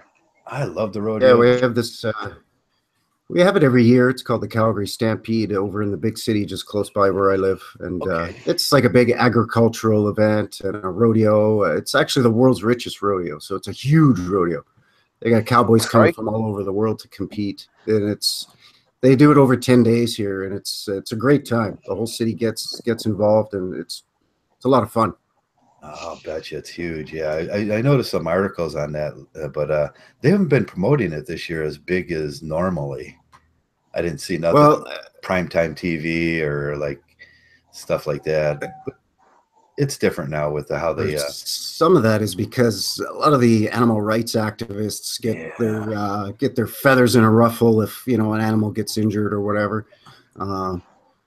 But they don't really realize that this happens very, very rarely. There's always a lot of, experts and veterinarians on the scene in every event, literally hundreds of veterinarians. So there's hardly ever any injuries. Yeah. But, these bleeding hearts, they piss and moan and cry about it. They're just trying to ruin a tradition that's been going on here for over 100 years, Yeah, that's nice. Yeah. Ever ride? What's that? You ever ride yourself? Yeah, I've gone horseback riding quite a few times, but I'll never get on a bull. That's never for sure. Those things. You don't want to see if you can do the 8 seconds? No, wait a minute. 2,000 pounds of angry Alberta beef? I don't think so. That always seemed terrifying to me. The big horns and he just wants you off. And there's man, that's a man thing to do. But yeah, those guys are manly dudes. Let me tell you, these guys are real tough, salt of the earth guys. Oh yeah, and, they're brave guys. I mean, you got to be half crazy, but the other half of you has got to be brave as hell to climb on an animal like that, and try to hang on for 8 seconds. It's amazing. Now back in the 80s.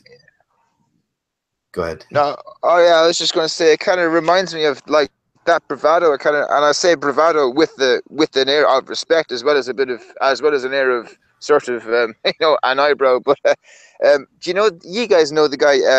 I can't remember his name. I think his name is Steve. He was the crocodile hunter over in in Australia. Yeah. What a great guy! My God, it's so sad that he died, but it kind of like it reminds me of like that sort of like mentality. You've got to be half crazy, half super brave. Yeah, these guys are real salt of the earth guys. I actually did a couple of videos on my channel about the Stampede just because I get such a kick out of it and how rough and tough some of these guys are. Well, very good. Yeah, be sure to check it out. Yeah, because these guys are real cowboys. I mean, when they're not competing in rodeos and things like that, they work on ranches. They're, they drive cattle or whatever the case may be. They break horses and all that stuff. So these guys are professional, real cowboys. It's just very interesting. Yeah, did John Travolta kind of kill that in the 80s? Oh, yeah, that whole urban cowboy thing. The whole urban cowboy we used to do that a lot. Those things came around like really quick, and you could go into a lot of bars and just ride to what do they call that? The ride to bull there. Oh, the mechanical bull. The mechanical bull. Yeah. There's a lot of bars up here that have those. That's for sure. Oh yeah, you set it on high. We used to do the thing where you go up and you click it up to, I can't remember how the numbers worked on that. It was just a dial on the side, and you just click it up and you go, And you get your buddy, you razz your buddy, you call him a pussy and say, you can't ride that fucking thing. And you got it set on high, and he's so drunk, he didn't look at it. Oh, yeah. It goes flying across the bar. And then it just throws him off. And then you laugh at him for a few minutes. And it's like, yeah, that was a big thing to do. Just kind of bait somebody into, doing the man thing. That was the man bait. Actually, over in the chat, Easter Island Head has got a good point. He says Alberta is Canada's Texas. And that's kind of true. We are kind of like Canada's version of Texas up here. We're in Alberta. We have a lot of cattle ranches and cowboys and rodeos, and we're kind of a mix between maybe Texas and Montana in terms of geography and again with the whole cattle thing and the cowboy thing. Yeah. I get a kick out of the cowboy thing because I'm originally from Montreal. So as a kid, I used to play cowboys and Indians. And then in 1980, when we moved out here to Alberta, in my 10-year-old brain, I was thinking it was like a Clint Eastwood movie. There was going to be cowboys and Indians and wooden streets and dirt roads and wood-clad buildings and wooden sidewalks. I was totally disappointed when we got here, and it was a regular modern city. I was like, "Where's all the cowboys? Come on, man!" You got to go out into the country and kind of ride around and try to find one of those little towns. They do exist still. Oh yeah, we have quite a few of them here. There's a bunch of old ghost towns that people still live in. Maybe an old coal mining town that used to have a couple thousand people. Now it just has maybe a few dozen people, and they still live in the town. Yeah, I remember in 80 years. We were out doing a road trip. It's just everybody gets drunk on Fridays. You jump in a car and do a road trip. And we were driving out towards Pennsylvania, and we got off the beaten highway, and it was called the Jefferson Highway. And there's an interesting story behind the Jefferson Highway, but we were going through this little town, and I was like, man, it was just that the dust had blown up, and you seen a tumbleweed roll across, and I was like, there was nobody except one old guy rocking on a rocker, and all the buildings were not painted. Just sun bleached and weather worn. It was just sun bleached and weather worn, and my buddy looks over and he says, "We need to get out of here fast." Yeah, you start hearing that Deliverance banjo music, and you're like, we got to get the hell out now. Yeah. No amount of beer. You don't want to hear that. You don't want to hear that. All time to go. Oh man, I ordered my banjo this week. I've been telling you guys all week that I got the banjo this week, and I wanted to do it. It came, and then I went to tune it up, and the fifth string, you know how the gears on them sometimes, like this is the second time this happened in my life. I'm tuning it up. It got the D flat, and then it popped. Oh shit! So I don't know if I was supposed to send it back, and the guy was supposed to pick it up yesterday and it reimbursed me so I can reorder it again and get a new one. And then I was thinking, Jesus, now I got to go through this whole process of getting a new one. And this happened to my other guitar too. Like it came in and the gear popped on it. So I had to send it back. And I was thinking maybe I'll just keep it and just go buy another gear. Right. It's like, but I wanted to play that. And I was surprised how quickly I took to it. Sure, why wouldn't you? You mad Mick, you. I'm a Mick. I took to it and I was so excited about that. Then it popped, and I was like, I can't do the podcast for the guys, the unboxing and the setup on it. The setup takes a long time. I was sitting there for like 4 or 5 hours. Just your first initial tune is so hard to do. It's so hard to get that first initial tune on a guitar, and it's like you put it down, let it sit. Pick it back up, and it's on tune. You redo it, put it down, let it sit until the neck kind of bows into whatever shape it's gonna take. And then it's like, I was really disappointed. Amazon let me down. Amazon. Actually, I've ordered quite a few harmonicas off of different places on Amazon, and I've only been satisfied with one out of about 5 that I've purchased. So now I just go to my local music store and just buy them in person. You buy Yeah. That happened to me with harmonicas on Amazon too. I ordered a set for my son because he wanted to play harmonica. And I was thinking, well, that'd be great because I could do the guitar, he could do the harmonica, we could sit around and just have some fun at night. And And then Yeah. the harmonicas never came. They were Ah, forever like held up in the mail. screw that. So probably the best thing to do is go down to your local music store and buy them at an overage price, you know. Yeah, yeah. Well, Well, I mean, yeah, I the mean, place that I go to is just a mom and pop. It's not a big box music store, so I like to support those guys, anyways. You know. Oh yeah, yeah. exactly. Yeah, maybe it's an extra $2 or $3 for a harmonica, but who cares, man? It's extra $2 or $3 in their pocket, so as opposed to some big company. So let them enjoy it, you know. Yeah, you get better Exactly, yeah. service with one of those places, don't you? Oh yeah, they know me my name and the whole bit. So it's it's that I'm on their Yeah. mailing list, so I get emails if they have a sale or a special, or that's the way to do it. You know, you just build a Yeah, that's relationship more with any of your personable. local merchants. You know, yeah, exactly. And we just went through that with the fishing shops around here. We were getting our licenses for this year, and all the fishing shops had gone to the Dick's Sporting Goods. Usually have them, and what all of the big vendors usually Gander Mountain, Dick's Sporting Goods, Carbella's usually had them. But the states, for some reason, this year pulled all the licenses from those people, and they gave it to Walgreens, and we didn't know this. Oh, So we had to go So to now like Walgreens is the only one. yeah, Walgreens got the big contract for that. You can go into a Walgreens and get your fishing, which is just wrong. There's something wrong about that because they don't have fishing gear in there. Yeah, that's weird. And They so you do have the to, same thing up here with Canadian Tire, which is a big. I'm not sure if you're familiar with Canadian Tire. It's a big. It's like a large hardware store, but you can take your Yeah. car. They have mechanics and everything there too. They sell hunting and fishing equipment, and that's where I go to get my hunting licenses, my fishing Yeah. license, and all the equipment. I get ammunition there. I get lures and tackle and everything in the summer for fishing from there. So it's it's a big box store, but I mean they have everything there, and it's a Canadian company, so why not? Plus they have Canadian Tire money. So if you have enough Canadian Tire money, you don't actually have to spend your own money. that's nice. You can buy a set of tires and then you can use like the cash back on the Canadian Tire money for like fishing gear and like some bullets. Exactly. nice. Exactly. Because you buy something there, and let's say you pay with your debit card or you pay cash. Yeah. They give you, let's say it's $25. You give them $30. They give you $5 change in real money, but then they also give you some change in Canadian Tire money with every purchase. Yeah. You save that money, and you can buy anything at Canadian Tire with Canadian Tire money. Oh, that's cool. Like you That said, is you could nice. buy a new set of tires. Boom, no problem. Yeah. We just lost our last who was it? Gander Mountain moved out. And I was like, man, I like the Gander Mountain boots. And they always have the best selection of boots that are, you know, not like Kmart boots, like real man boots for hiking and shit. And Yeah, they good stuff. moved out. And we were trying to find out like where they moved to, and they just closed them all up in Cleveland area. So we lost that. And we don't have like Gander Mountain in Lorraine now. Another store that's moved out.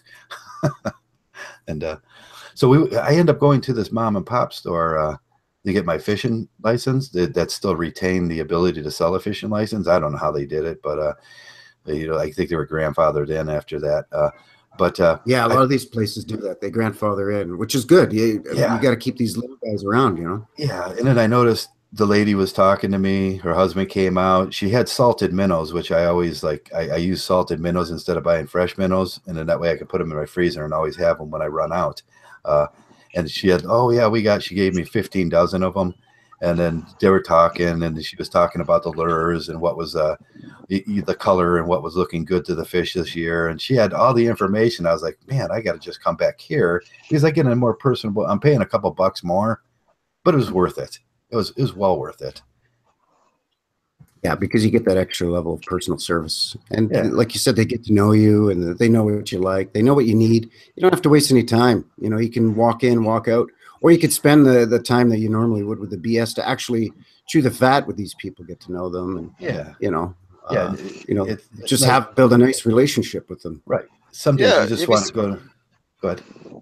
no, I was just along the same lines. Like, you never know, like, because like they might know people who know other people, and you know, like those who are like playing gigs in certain areas and stuff, and you know, just that sort of like networking. Or if you're buying like a fishing rod or something or whatever, they might like know like a local fishing group that you didn't know about that just started a few weeks ago or something. You know, Yeah, just, yeah, like, they stuff got like that. Exactly. All the Yeah, information. you're not gonna get that from Walgreens. You know? Yeah, Yeah. exactly.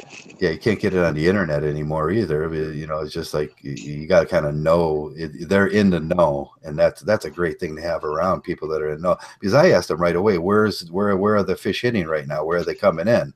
Because on the lake, the schools kind of move around, and that's what you want to. Yeah, they follow the food. Yeah, you want to know exactly where they're at, who came in. Like, did John down the street come in and have a good hit? You want to know about that stuff, or else you're going to be sitting there all night going, I'm not catching nothing.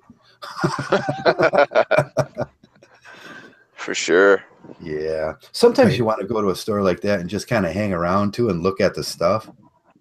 Yeah, exactly. It's like I mean, I was getting my drum kit together because my uncle, he gave me his drums, but he didn't have no cymbals on that set. So I was like online, and I was just like, now in fairness, the online service, it's very, very good. You know, like you can, like, not only obviously can you buy it and view the symbols and all that sort of stuff they might expect, but you can also like hear a sample sound of the playing and stuff, which is great. But at the same time, nothing beats being in the actual store itself and just like hitting them with an actual stick, you know. Yeah, yeah. Oh, absolutely. Oh yeah, you know, they got the coffee made right there. So you know, now that I know her, I can go in there and she's like, I could walk over to the coffee stand without her thinking I'm a bum or something. And she's like, hey Joe, and what are you looking for today? And I'm just kind of seeing what we got new and stuff to see. You know, when I do get some money, I want to buy something. Yeah, exactly. And they don't mind. And the They other don't thing I mind. find too is that a lot of these big box stores, let's say for fishing equipment, they'll carry the basics. Yeah. But the little mom and pop stores will carry the cool stuff, or the special, the sort of limited edition stuff, or the stuff you might not necessarily think you need, but then you realize, oh, if I'm getting this, I have to get that, and they have the knowledge to be able to point you in that They direction. have the knowledge. There used to be a Without little just ringing fishing. you through the till, you know. Yeah, there used to be a little fishing lure around here. It was a reverse. It's a reverse hook to it, so it doesn't get snagged on the rocks. And it was made out of horsehair. And there used to be a guy that would make thousands and thousands of them that ran around. And she's actually had some of them. And what they're good for is they're only good for one thing during the year, and it's good for when the bass are spawning. They get down in the rock and they kind of roll across the rock, and the bass attacks it, and it's the perfect color. It doesn't get snagged up. You just throw it out there and just kind of run it across. But that's a thing that was typically to this area. Right. And Yeah. she actually had them, and I was so happy. She was like, I couldn't find them for years and years. You can't go to a Carbella's, you can't go to a Gander Mountain or one of the big stores and say, hey, there's a guy that makes these lures, you should carry them, because they'll look at you like you're stupid or something. Yeah.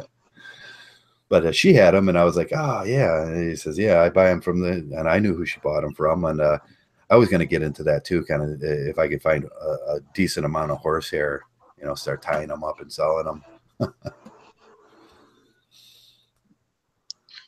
Yeah, why Yeah, not? making your own lures is pretty cool. I've actually watched a lot of videos on YouTube of this guy that makes fly fishing lures, and it's amazing. He just goes out and picks up feathers and little things on the ground out in his yard, and he makes fly fishing lures out of them. And it's little to no cost to him, because it's just found objects, and he makes these fantastic lures. Trout, pike, perch. It's amazing. I had a friend when we were growing up, because we made our lures when we were growing up. We would just order the bulk parts and everything from online. Well, it wasn't even online back then. It was like you had to get a magazine and order your bulk parts. And then mail order. When I was growing up, we didn't have like fishing stores and stuff like that. And where I lived, you couldn't just drive to one. So we had all the Mero, and he used to make all of his, well, what we called the Erie Dearies and the Bombers and stuff like that. And then we put them together, and he took that and he actually made a pretty big business out of it. Growing up, he just got the talent to do it, and him and his brother started making a lot of them, and they made this one fishing lure. It was called, well, it's Phelps Fishing, and it was Phelps Fishing the Bomber. What did he call it? And it got really big for a while, so he did really good off it. And that was just one of those little hobbies that we did growing up as kids, learning how to do it. And then, but that's what I always say about Mgtow. Whatever you like to do, you can make into a business. Oh, absolutely. I know a guy that used to just fix bikes on the side, and now he's got his own bike shop. Yeah, yeah. Wow, I think good. I think that's where the Mgtow is right there. I mean, wouldn't it be great to do what you like to do and make money off of it? But you see, it's an interesting thing because like you see a lot of these like professional, like for example, you have like professional sports people. Like for example, at the moment we have the Tour of France, like that is like currently ongoing. Now I don't know if you guys are interested in watching like basically a bunch of guys on drugs go like riding around France for 3 weeks, but I bloody love it, and I watch it when I can. Yeah, that was the Lance Armstrong when every year when Lance Armstrong would pedal that thing, I was always on it because I just love that guy. I think he has got a really good positive message. And yeah, for sure. I mean, like whether he's a drug cheat or not, I think is irrelevant. I mean, the guy is. I don't care what he's doing. He was the dude for a while. Now I think they're going to do the same thing to Roger Federer. Oh, you were talking about Roger Federer briefly there earlier on, yeah. I see this correlation between Lance Armstrong and Roger Federer. Like everybody's going to get so sick of him winning everything that they're going to sully his name. And of course, it's what they do these days. They even did it back in the '60s with Muhammad Ali. Yeah, once you get to be too successful. And you're in the public eye too much, and especially with somebody like Muhammad Ali, who not only stood up for human rights and for African American rights, but for men's rights. Yeah. Well, then you got to put a cork in it and shut this guy down, right? Sully his name, drag him through the mud. They did it with Lance Armstrong, like you said. They're going to try to do it with Roger Federer. They're going to do it with all these guys. They did it with Tiger Woods, and they did, yeah. If Michael Jordan was playing basketball today, they would be doing it to Michael Jordan. They'd be doing it to Michael Jordan. I think it's the man thing. And Roger Federer, when I look at him, he's quiet. He doesn't say a lot. He's just been doing his thing for so long now, and that's the original thought. And I forgot to mention it. That's why I wanted to do that Roger Federer thing. That it won't be long that he's going to be perceived as the toxic male. Well, yeah, because he's strong, intelligent, successful, athletic. Yeah, he's healthy. Right now he's getting away with just doing his thing. But man, they're going to drop the Roger Federer bomb soon. Oh yeah, something stupid's going to come up that he fucks house cats or something. And that's going to be stupid. Yeah, I think yeah. The feminists. They're not going to let him get away with that being like the male superhero, because they did it to that swimmer too. What was the American swimmer? Michael Phelps. Yeah, Michael Phelps. Oh, Michael Phelps. Him too. Now think about, man, this is not coincidental that all these great athletes always get sooner or later the press just attacks them. I think he's like the greatest Olympian ever. He's like 23 gold medals. I mean, can you imagine that? Like 23 gold medals. I mean, that's oh my god. Now, in fairness, I mean, like architecturally, the guy is a bit of a freak. I mean, like he has an incredibly large chest, but at the same time, it doesn't matter. I mean, the guy is just a beast, and I'm sure he's a great guy. Like out of the pool and stuff, and they should just leave him alone. It's like he swims incredibly well. He's a great ambassador for the sport and getting people outdoors and stuff. So, God's sake, leave the poor man alone. Yeah, like you said, he's one of the most decorated athletes of all time. It's what they're going to end up doing? They're going to end up driving him crazy, and then he's going to become like another Bruce Jenner. When I was a kid, Bruce Jenner was on the cereal box, and he was. I'm Canadian, and I was watching Bruce Jenner as a kid in the Olympics, and he was an American athlete, and I was cheering for Bruce Jenner. It was like, yeah, this guy can do anything. He's like a Superman, but without the cape. And now he's Wonder Woman. Come on. Well, the Kardashians killed him. Oh yeah, they twisted his brain up to the point where his dick fell off or whatever. I don't know. It's or actually, he still has it, I guess, but he just has he's got boobs, or I don't know what the deal is. Yeah, but now wasn't that an example of the was the comic, the comedian that just killed himself? We always bring up. Robin Williams. Robin Williams, yeah. Now, is that like a Robin Williams case where he just could not do anything right, and instead of killing himself, he killed the masculinity in himself? I wish I knew what was going on between his ears. Because, like I said, when I was a kid, I looked up to him. And a lot of my friends did too. A lot of people looked up Yeah, to a Bruce lot of people Jenner. looked at it. I mean, hell, he was on the Wheaties box for crying out loud. I mean, you don't just get it put on. You don't just get put on the Wheaties box for, telling people to have a nice day. I mean, you got to accomplish some serious stuff to get on the Wheaties box. And I wish I knew what was going on between his ears to go from being basically a Superman to this kind of, I don't even know how to describe him. Right. Yeah. It's heartbreaking for me. There's an interesting parallel to the toxic male that, like all those guys we mentioned were all attacked, and all these guys that we mentioned were at the top of their game.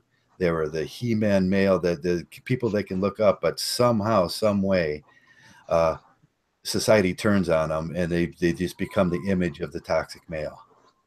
Yeah, it like happens Exactly. so much. That's just the thing, is that our language is twisted to the point where you take somebody like, Muhammad Ali or Bruce Jenner or Wayne Gretzky, and like you said, they're at the top of the game. They're at the pinnacle of their career, and society in general. No, we can't have that. We can't have a successful male being a positive role model to these young boys, giving them something to strive for. No, come on, that's not acceptable. Yeah, they did it to Mike Tyson. Got to crush them down, grind them down, expose their tiny weaknesses and blow these tiny weaknesses up to seem like they're major personality flaws to demonize the guy. So that now all of a sudden you can't look up to him anymore, because deep down he's an evil man. He's not a good, strong, healthy, intellectual man who's a role model. Now he's just an evil guy. Now he's just look how bad it was for all the sports too, as that happened to the hero. It destroys the community from the inside out, and anybody else who might want to join it, and just the whole reputation of. You can see that with the bike with Lance Armstrong. It's not as popular. It will never be as popular again as it used to be during that era. Absolutely. I mean, boxing, never as popular again, and is it going to be even swimming? The Mark Phelps, even back to the Spitz, Michael Spitz, is it, or Mark? That's Spitz? right. I can't remember his name. He's not from my generation, but yeah. I was going to say Michael Spinks, but I think he was a boxer. Michael Spinks was a boxer. Yeah, Mark Spitz was the name of the original swimmer. And they did the same thing to him. They destroyed him, and then the sport took such a hit after that. It took till Michael Phelps coming along, where he finally the sport regained from that. And I think Federer is going to be like tennis, and it's like, if you're a big tennis fan, you got this horror coming your way now, because they're going to do the same thing to him. Yeah, unless he starts capitulating and becoming, cuckold, then he might be okay, right? Then he's a good guy. Yeah, always. Yeah, does he? If he tries to stand on his own, then forget it. He's going to have to do a public recantation of about something he had done wrong, and then the society will accept him. But if most sports guys aren't going to do that, because there's this like, I didn't do nothing wrong. But they're going to make him say something that he did wrong regardless, because he can't be a superhuman, because society won't ever accept that. It's the toxic male thing. And wow. I'm just waiting for them to crack open Chris Froome, as he's the new cycling like modern day legend, and I think he's a great guy, just like Lance Armstrong. Comes from a very, very humble background, was born in Kenya, and was raised between there and South Africa, and now he's won the Tour de France 3 times in the last 4 years, and that's a gentleman, a great guy all around. And I mean, shit, he has a documentary out. They made a documentary on him, and he was saying how he was over in South Africa training for his first world championship back in I think it was 2007 or something.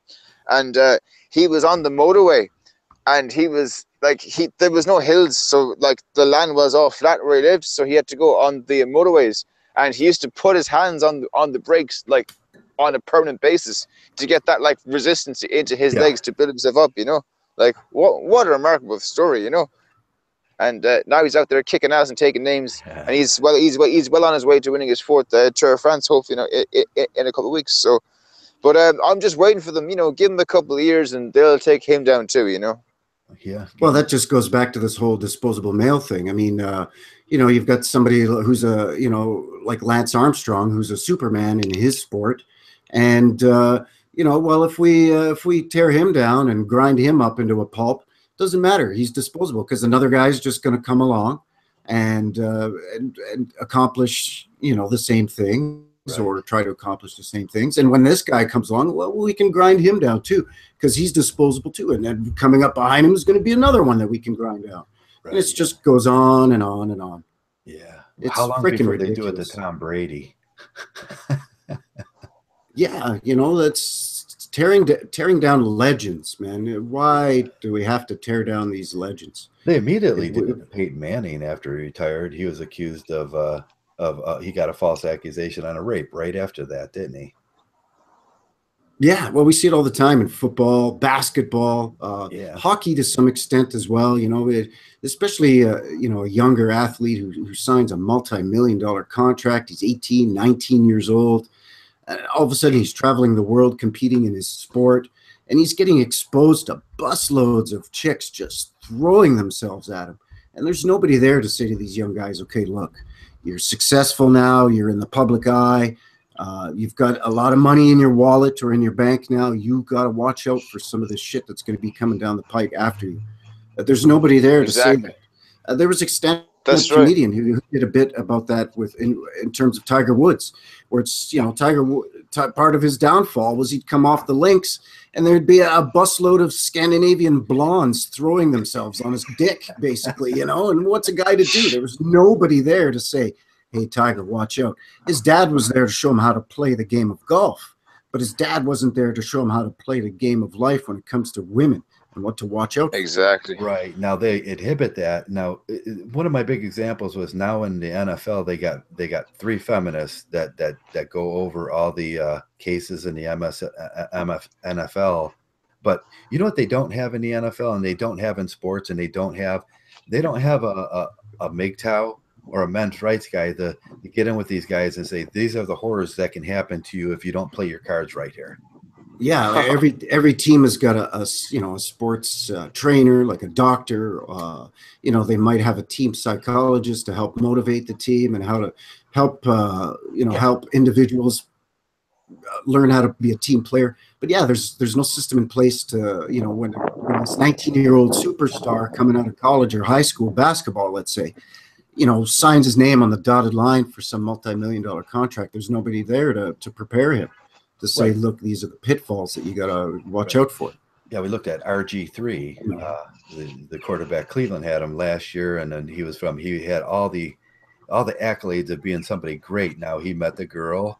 Now you can take a look at that whole thing and dig a little deeper on that whole thing. The mother was a gold digger that did the same thing to a sports star, and she passed that down to her daughter, and her daughter married RG3.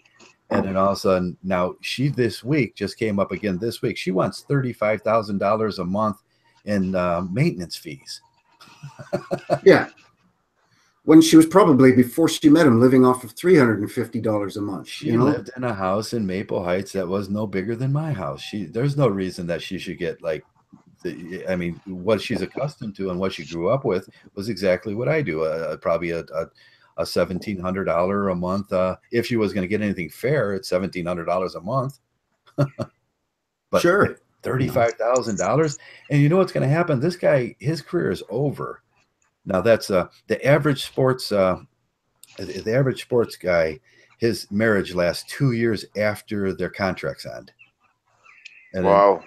But if you're straddled with $35,000 fees a month to take care of her in some kind of imaginary romantic world where she deserves to be in this princess mode, your money is going to last. Even if you did make 10, 12, 13, 14 million dollars, your money is going to last like a set amount of time. That's when you see these guys, these ex-sports stars working at car washes and stuff, Yeah.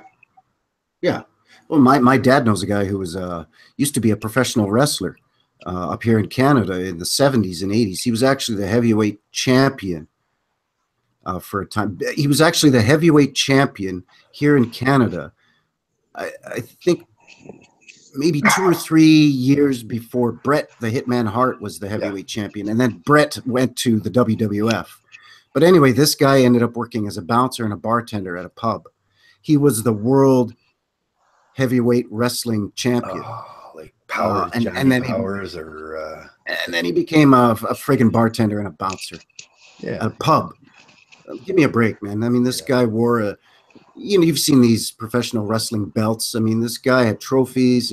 His background was real wrestling, amateur Greco-Roman college level wrestling, and then he became a pro wrestler. And he was a big deal. And now, like I said, now he's a bouncer at a pub. Yeah, was the Steinmans? It's pretty sad. Jesus. Was the Steinmans from Canada there? I can't remember. No, they're from Minnesota. Minnesota Steinman, brother. That guy was fascinating. He got that little muscle on top of the muscle. He got the Popeye muscle. Oh yeah, he definitely ate his spinach. That guy. Oh, no, in Canada we have the Rougeaus, the Vachons, the Hart family. The Hart family. There's a lot. Wrestling is a huge tradition up here in Canada. Professional wrestling. A lot of the guys in the WWF from the 80s came out of what was called Stampede Wrestling in Calgary here in Alberta. Probably dozens of the guys that are still wrestling in the WWF or WWE or whatever you want to call it, that are wrestling for Vince McMahon, got their start wrestling for Stu Hart, which is Bret Hart's dad, up here in Calgary. And now a lot of these guys are just, you can go onto YouTube and watch. These guys are, they're bagging groceries at a grocery store, or they're bouncers at a pub. There's no old timers league in wrestling, and these guys are just, put through the ringer and then they're tossed aside. Now the NFL is starting to give these guys a pretty decent retirement where they don't have to worry about. But it's still, if a court is able to attach to that retirement, still it's no good for them. It should be a backdrop that's untouchable. That should be like Social because Security then people can. Social Security. Because you don't want anybody else getting that. Yeah, that's untouchable. That keeps you above the social. You deserve that. Somehow you've worked long enough in your life where you deserve to keep yourself above that poverty level. But you see Health and Human Services and stuff trying to attach to Social Securities and stuff like that too. That's where it's bullshit, And for these guys that, hey, these guys got a football player. He's got hip troubles for the rest of his life. There ain't going to be no doubt that he's going to have knee, hip, and for the rest of his life, and there should be some backdrop that they pay into to keep them, and it should be untouchable. But absolutely, but the problem is that they make it accessible so that anybody can get in their greasy paws. As soon as he gets married, or as we say, as soon as a bitch is put in it, that she's trying to get her meat hooks into his cash. That's how it always works. I always thought that's where men's rights should be working on, to make certain things that men earn in their lives untouchable. Like, and that would include pensions, and women don't want to hear that. If you work 35 years and you got a pension, that's your money. That's nobody else's money. That labor, that your utility earned that money, and no matter what a woman says, she had nothing to do with that pension. Absolutely not. Yeah, absolutely. I agree 100%. Behind every good man is a good woman. Yeah, I don't think so. Unless she's behind him because she's grabbing his wallet out of his back pocket. Maybe that's about it. Right. Yeah. Or she's standing behind him, looking over his shoulder to get his PIN number for the ATM machine. Yeah. That's when a woman's behind the man. But other than that, yeah. Now my son worked at Mark's. The Mark's, it's a local store that was like a chain store. And this guy had a Super Bowl ring from the New England Patriots. Most of his day was spent on the phone calling agents and stuff, he said. Like, trying to get back in because he had taken the woman. He had spent all his on making it rain for the hose and everything. And there he is. He said he pulled up in this beautiful, I can't remember what he said he drove. It was it was top-end Cadillac every day. And going and working Mark's. It's like, that is so sad that somewhere during this guy's career, he didn't have the gumption enough or at least a Mgtow presence in his life to say, hey, don't make it rain for the hose and stripper shops and put that money in a bank, and then you'll have a pension for the rest of your life. If you're making $6-7 million a year, which the average sports sports star does, even as a lineman or a defensive lineman or something. Even the little guy on the basketball team, he's making a decent amount of money. Oh, Oh absolutely. yeah. But you see, I think this all goes back to the education system and its massive failure in that it fails. It fails, just comprehensively fails in every respect to teach people how to actually live their lives. After 4 o'clock and when it's time to go home. Yeah. I just might as well say my phone's on 3%. So if I cut off randomly, you'll know why. Okay. Yes. Yeah. All right. But yeah, like ultimately, I mean, like it's kind of what we were saying about like Roger Federer and stuff, and about like professional sports people. Like if you get like, or even if you do an apprenticeship or anything, you get shown how to do the job, or you get shown how to be, an exceptionally good cyclist or whatever it might be, or you join the local golf club and they take you under their wing and you get good and you start representing your country, and all of a sudden you're on the Ryder Cup tour, and you're making six figures and you're doing really well for yourself. But beyond that, there's nobody to show you. It's like the Tiger Woods analogy you made earlier, Joe. There's nobody to show Tiger Woods, what to do after he puts his clubs away at 6 p.m. in the evening. How do you live the rest of your life? And it's a difficult question, Yeah. I mean, it's tough enough for regular bums like us who are just going through our daily lives and trying to do our own thing. So imagine now if that's exponentially multiplied by cash, Absolutely. notoriety, celebrity, they limelight. need particular, exactly, Whiskey. They need particular guidance. Yeah. Sorry. Yeah, and that goes for anybody who's in that economics condition, whether it's a professional athlete, a movie star, or just any Joe Blow who happens to have a lot of cash and maybe has a bit of local notoriety. Like maybe a local, in your city, the guy who's got the money because he's invested in a lot of real estate and he's well known around town. These guys are just as much in the crosshairs of some of these women as, a professional athlete is.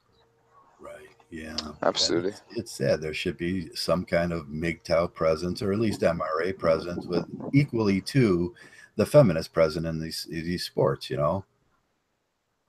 Yeah, because the feminists are all over the sports. Hey, wear a pink helmet. Hey, wear a pink ribbon. Right. Hey, wear a pink running shoe.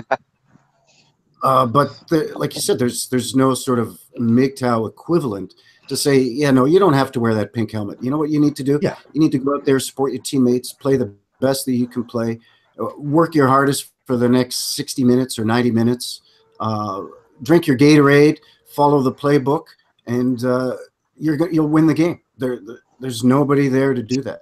The coach is there, the assistant coach, the offensive coach, the defensive coaching staff. They're there to help the players play the game, but there's nobody there to help the players navigate through their personal lives. Right. Yeah. Exactly. Yeah. That's a big topic. It's a big deal. It's a really big deal. And it's like you're saying, like whether you're a superstar sportsman or just like a normal Joe like us guys, it's like the education system right through, as you guys say, over in the US, like K through 12, and then through the whole college system, and then like right throughout your 30 and 40-year like working life career.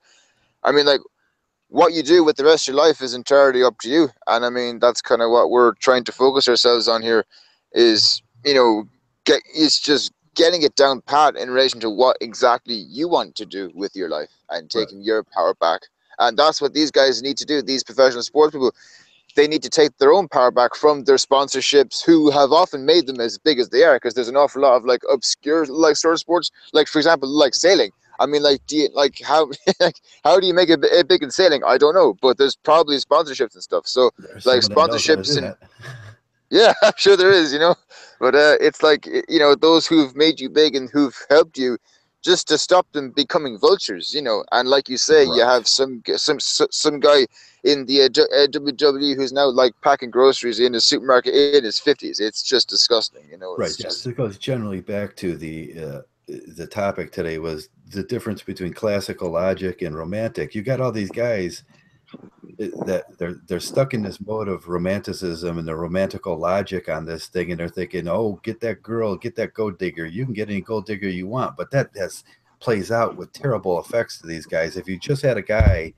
from the MRA or some doctor that had a classical logic sense, that wasn't in all magic thinking and everything, to tell these guys, don't play with the strippers, don't go to those bars, put your money in the bank, don't, you know, if you're going to get a gold digger, that's on you, buddy, and let me explain what a gold digger will do to your life.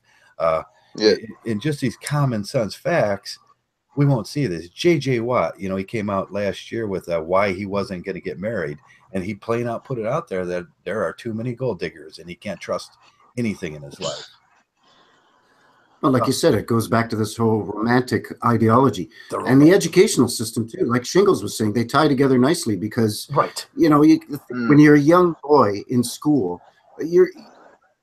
today you're not taught logic, reasoning, and a proper education. It's all about the romantic ideologies of how you should feel and how you should interpret this and interpret that. And it's to produce. When you have 98% of the teachers in the public school system are women, but all these young boys are being taught feminized way of thinking. Yeah, can you imagine how to become a good little factory worker? That's what it's all about. You imagine a mind trip on that. One of the predetermining factors for a lot of these jobs, like Roger Goodell's job, is that it's not about your classic intelligence. They look at these guys and they go, he's got a family, he's what we consider a good image person, and he's got a wife and all that stuff, so they put him in the position that he's in. But with that, he carries that romantic idea of he's the unicorn, he's that guy that, well, maybe his marriage has made it and everything, but they're not telling you about the other 86% that don't make it, and they're putting these fake images in for these guys to look up to. And these guys have a definite, they're sloppy thinkers, and the characteristics that they're doing is always, it's like Dr. Jordan Peterson spouting out the way he has lately. His sloppy thinking has led him into this thing that he's doing now, and his idea is always going to go back to get a wife, treat your daughters like your princesses, have a bunch of kids, but that doesn't work out.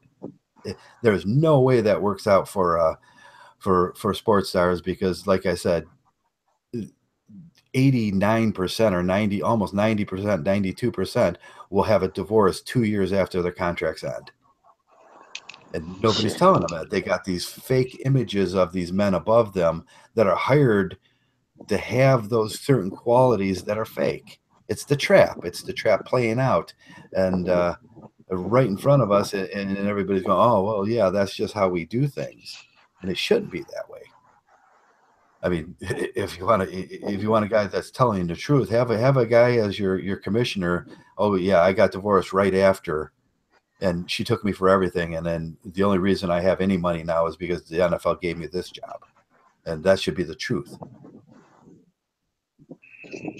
Sure.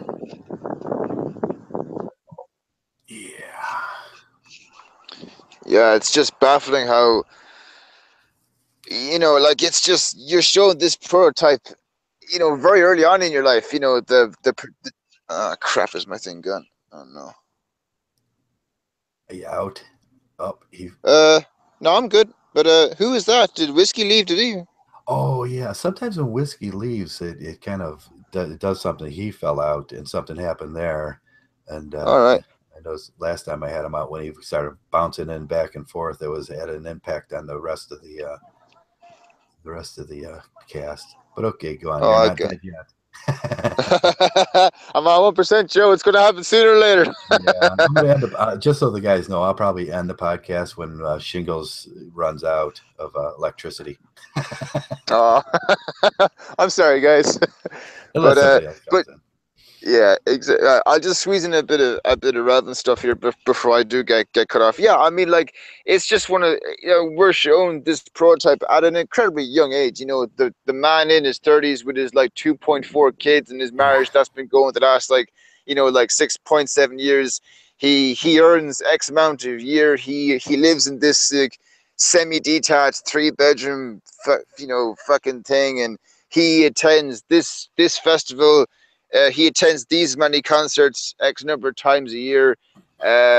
He's got, you know, all this sort of shit, you know, and it's like, well, this is great if you can achieve this. Yeah, it's just codswallop, you know. It's just absolute. It's just sickening. And if we can just get it through to men, into men's minds, that it's perfectly okay. Matter of fact, it's probably, and you know, over here in our camp, it's imperative that that's not the way you go with things, because there's just so much more to your life that can go wrong if you put a bitch in it. Yeah. Now, a lot of guys around here, there's this anti-sports thing, and I've seen a lot of guys, and a lot of us peruse the sports pages and everything. And if we could take Mgtow and they go, well, Mgtow has nothing to do with sports. And I'm like, no, Mgtow has nothing to do with sports, but it has everything to do with the sports athlete. Yeah, exactly. And if there was more of a Mgtow influence around the sports, no matter what you are, if you're into tennis, soccer, you know, ice skating, ice hockey, it doesn't matter. Like squash, jousting, who gives a shit? Yeah, I mean, it's yeah. As long as you create that Mgtow presence in the community, and you'll notice right away. I do this all the time. In the football community, I create a presence in there, and I open up a conversation about like RG3 and how his woman wants $35,000. That wouldn't have normally been said, because in those communities it would have been considered taboo before I came around. So every one of these guys, every one of you guys, every one of you Mgtows, by letting some big producer from the past say that we have nothing to do with sports, you're killing Mgtow. You got to get out there, and whatever you're interested in, I don't care if it's fly fishing, get out there and show how bad things can happen if you don't have a Mgtow point of view on this thing, a classic thinking point of view. And exactly. It's just our job as Mgtows, but a lot of that, it's just our jobs as Mgtows from 20 years ago when we first started this thing. That was our job, to get out and influence different communities and show where the gynocentrism was. It was hard work. We don't do that no more in Mgtow, and that's what we got to start doing. I think is just because sooner or later, if the sports athlete sees that the sports fans are warning him about these things, then he's going to get the message, and we don't have to. We're not going to have to see these horror stories of Michael Spinks packing bags in a grocery because he spent all his money making it rain for bitches. I'm sorry, it's just kind of spending it all on hose and tricks. Yeah, it's horrible. Hose and tricks, or getting his wife was his wife was well taken care of for 10 years until he ran out of money. But, now he's working at a fucking at a it disrespects men. I mean, just through and through in every possible respect. And I mean, it just not only does it dethrone them and like jock them and kick them in the face and bury their head in the sand and just flush them down the toilet. I mean, it's just, I'm looking for a word here. Like not morally, but it's just I'm looking for a very fitting word here, but unfortunately it won't roll off my tongue, as they say. But that's okay. It just disrespects the ox of a human being that a man can be when he puts his mind to something, and in particular with these sports people, or these say exceptional business people, or whoever it might be, who may have a particular aptitude towards a certain activity or skill, or like whatever it might be. And it's disgusting to just what am I trying to say? Yeah, to have them dethroned in that horrible, inhumane way. Yeah. To not give them a chance at life after they've done whatever it was that made them successful, shall we say. And it's a truly horrible thing because when you look at a hero, and this whole notion of like having a hero, which is a very important thing for men in particular. Well, I mean, for anybody to have a stable role model, you want to know that person who you have a particular soft spot for, or who you admire very, very much, you want to know that they also live like happily ever after, as it's done in the fairy tales, And we think it's a very important job that we can do in Mgtow is to strive to make damn sure that, you know, men in this thing are able to have a productive, fruitful life well into their senior years, Right, and to give them that, what's that word, man? That there it is, that dignity, Joe. That's it. Give men that dignity. I That think is so dignity is one of the important. most important things for a male. That's what killed Robin Williams. The only God. thing he couldn't get was his dignity. Now, when you look at where we started this at with Roger Federer, with all these guys getting attacked, and it just, you start looking at the whole link that we just went down and everything, and it becomes so socially prevalent to knock these guys, because you're not allowed. All these boys, what these boys really want in life is a hero that they can aspire to. And that in itself seems to be one of the cruxes that this feminist media society, this gynocentric society that we have, is not going to allow boys to have heroes.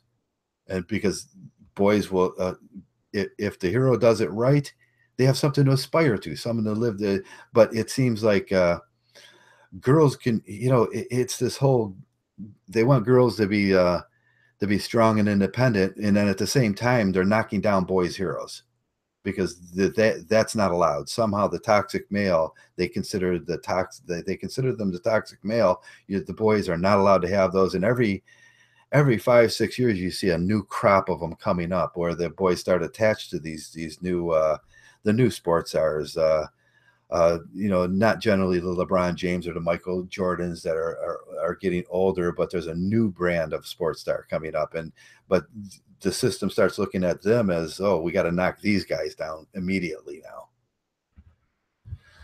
Why is it that boys can't have like the Beowulf? You know, what was wrong with Beowulf? I think we lost Shingles there. He was going down to 2%, and had to tech whiskey, stills, and tumbleweed had some tech troubles. But let's end that around right here, where I can see from the way society treats men, and the toxic male and the disposable male, is it all becomes, we talk about it in divorce, we talk about it in how our lives have went, and even we can see it with ourselves, where as soon as we become successful, someone's there to knock us down. Someone's always there to knock us down, and because you can't have men that are successful, and you can't have men in this society. They just, that aren't married, taking care of a bitch, and the only guys you ever see that are revered is maybe a half a dozen men in our society that are very rich, that successfully navigated some kind of marriage or something, because that's the only thing they want you to see. Well, yeah, because they have to try to project that traditional image of, you know, the good man is the man that's married and has a good woman with him, along his, you know, they're right there at his side. Right, and that's the problem with, you can see with Phalaris, the guy I was looking at today, he was the creator of the classic versus the irrational romanticism, and what they did to him. What they did to him is they just said, you're fucking crazy, and you're gay, you're crazy, you're stupid, you're this, and then they came at him in the same way, which was the media of his time, and they eventually put him in jail, and they removed him from society so he couldn't say these things. But it's how far we see this with Zeph, we see this with Stephanie, we see this with all these guys. How far will these guys that attack us, because we do have that classical view of that logical classical view of relationships and everything, and that's what they're attacking, because with that, their whole paradigm, their whole metaphysical paradigm, that is really just, it's based on the traditional, but the characteristics of it are fucking crazy. It's just fucking crazy the way these guys think. But that is so ingrained in our society. They will tear you down. They will make you pay, and they will say anything, so you don't echo the classic form. And that's what we see in Mgtow right now. Our detractors come at us with the same thing that's always, and that's where we have to start saying, no, you guys are just crazy. You guys are mentally ill, and no matter what it takes to make them stop, this has got to stop somewhere in history. And I think it's with Mgtow that it will stop, and it has to stop. Here. I agree. Yeah. And with that, I think I'm going to shut this down. I don't want to go 3 hours. We're at 2.5 hours right now, and I think that's a good Sunday podcast. We had a lot to kind of mow over and take in today, and how these things play out in reality, and how these things play out, and how they will play out in your life. And if we can just touch a few men and tell them, no, that romanticism is magic thinking, and that will get you in trouble in life, which we've all experienced. There's not one of us on this page that haven't experienced the clamping down of the trap when they finally got you and they said, yeah, you bought into that garbage. Yeah, it's up to us to plant the seed, but it's up to the fellas that get the message. It's up for them to it's going to sound corny, but cultivate the harvest. We plant the seed, yeah. but it's up to them to water the plant and help that plant to grow. The ideology of Mgtow in their own lives, they have to grow that idea themselves. We can help. We can be there to support. We can plant the seed, give them the idea, but ultimately they have to choose the right way to go. Right. Ultimately they do, but we are up against a beast of epic and monumental proportions. That beast will go to any extent, as seen with the sports stars we've mentioned, as seen with some of the philosophers that have tried to go on. They will say you're crazy. They will start gaslighting you. They will say, no, you're wrong. They need to cling on to that magic thinking that they do, that ritualized dating, all that garbage that they do. They need to cling on to that, because that's the way the system is set up right now. And they will go to far extents to try to, well, look what HA and look what Zephanian said about me. But no, I think we have to trudge through that. I think it's so important that Mgtow at this point in history trudges through that, so we can start saving a few of these guys, and maybe a few athletes along the line will wake up and say, hey, I'm Mgtow too. I'm not going to put up with that stuff. And then it catches on. And if that guy ever becomes a hero, then there we go. We're in it. We're because now there's a a so-called celebrity spokesperson, quote unquote, that can help drive home the ideology or drive home some of the points and take people's mindset away from the whole romantic notions and back into a more realistic mindset. Yeah, back into a realistic mindset, and that will be so good for our society. It gives us the Teslas, it gives us the creators and the inventors. Where have all the real men gone? Well, they're not allowed to be real men anymore. That's just the way it is. As soon as this thing with Mgtow starts happening, yeah, you'll start seeing the cowboys come back and the real men and the guys that they're so good at what they do that it's just interesting to watch. And but with this, I think I'm going to shut this conversation down at 3-hour mark. All right. Well, thanks a lot, Traversable. I appreciate it. You inviting me in. Sorry, I had to jump out there again. I had some kind of weird internet connection problems. So it happens. I don't know. I gotta maybe get a better system going up here. Yeah.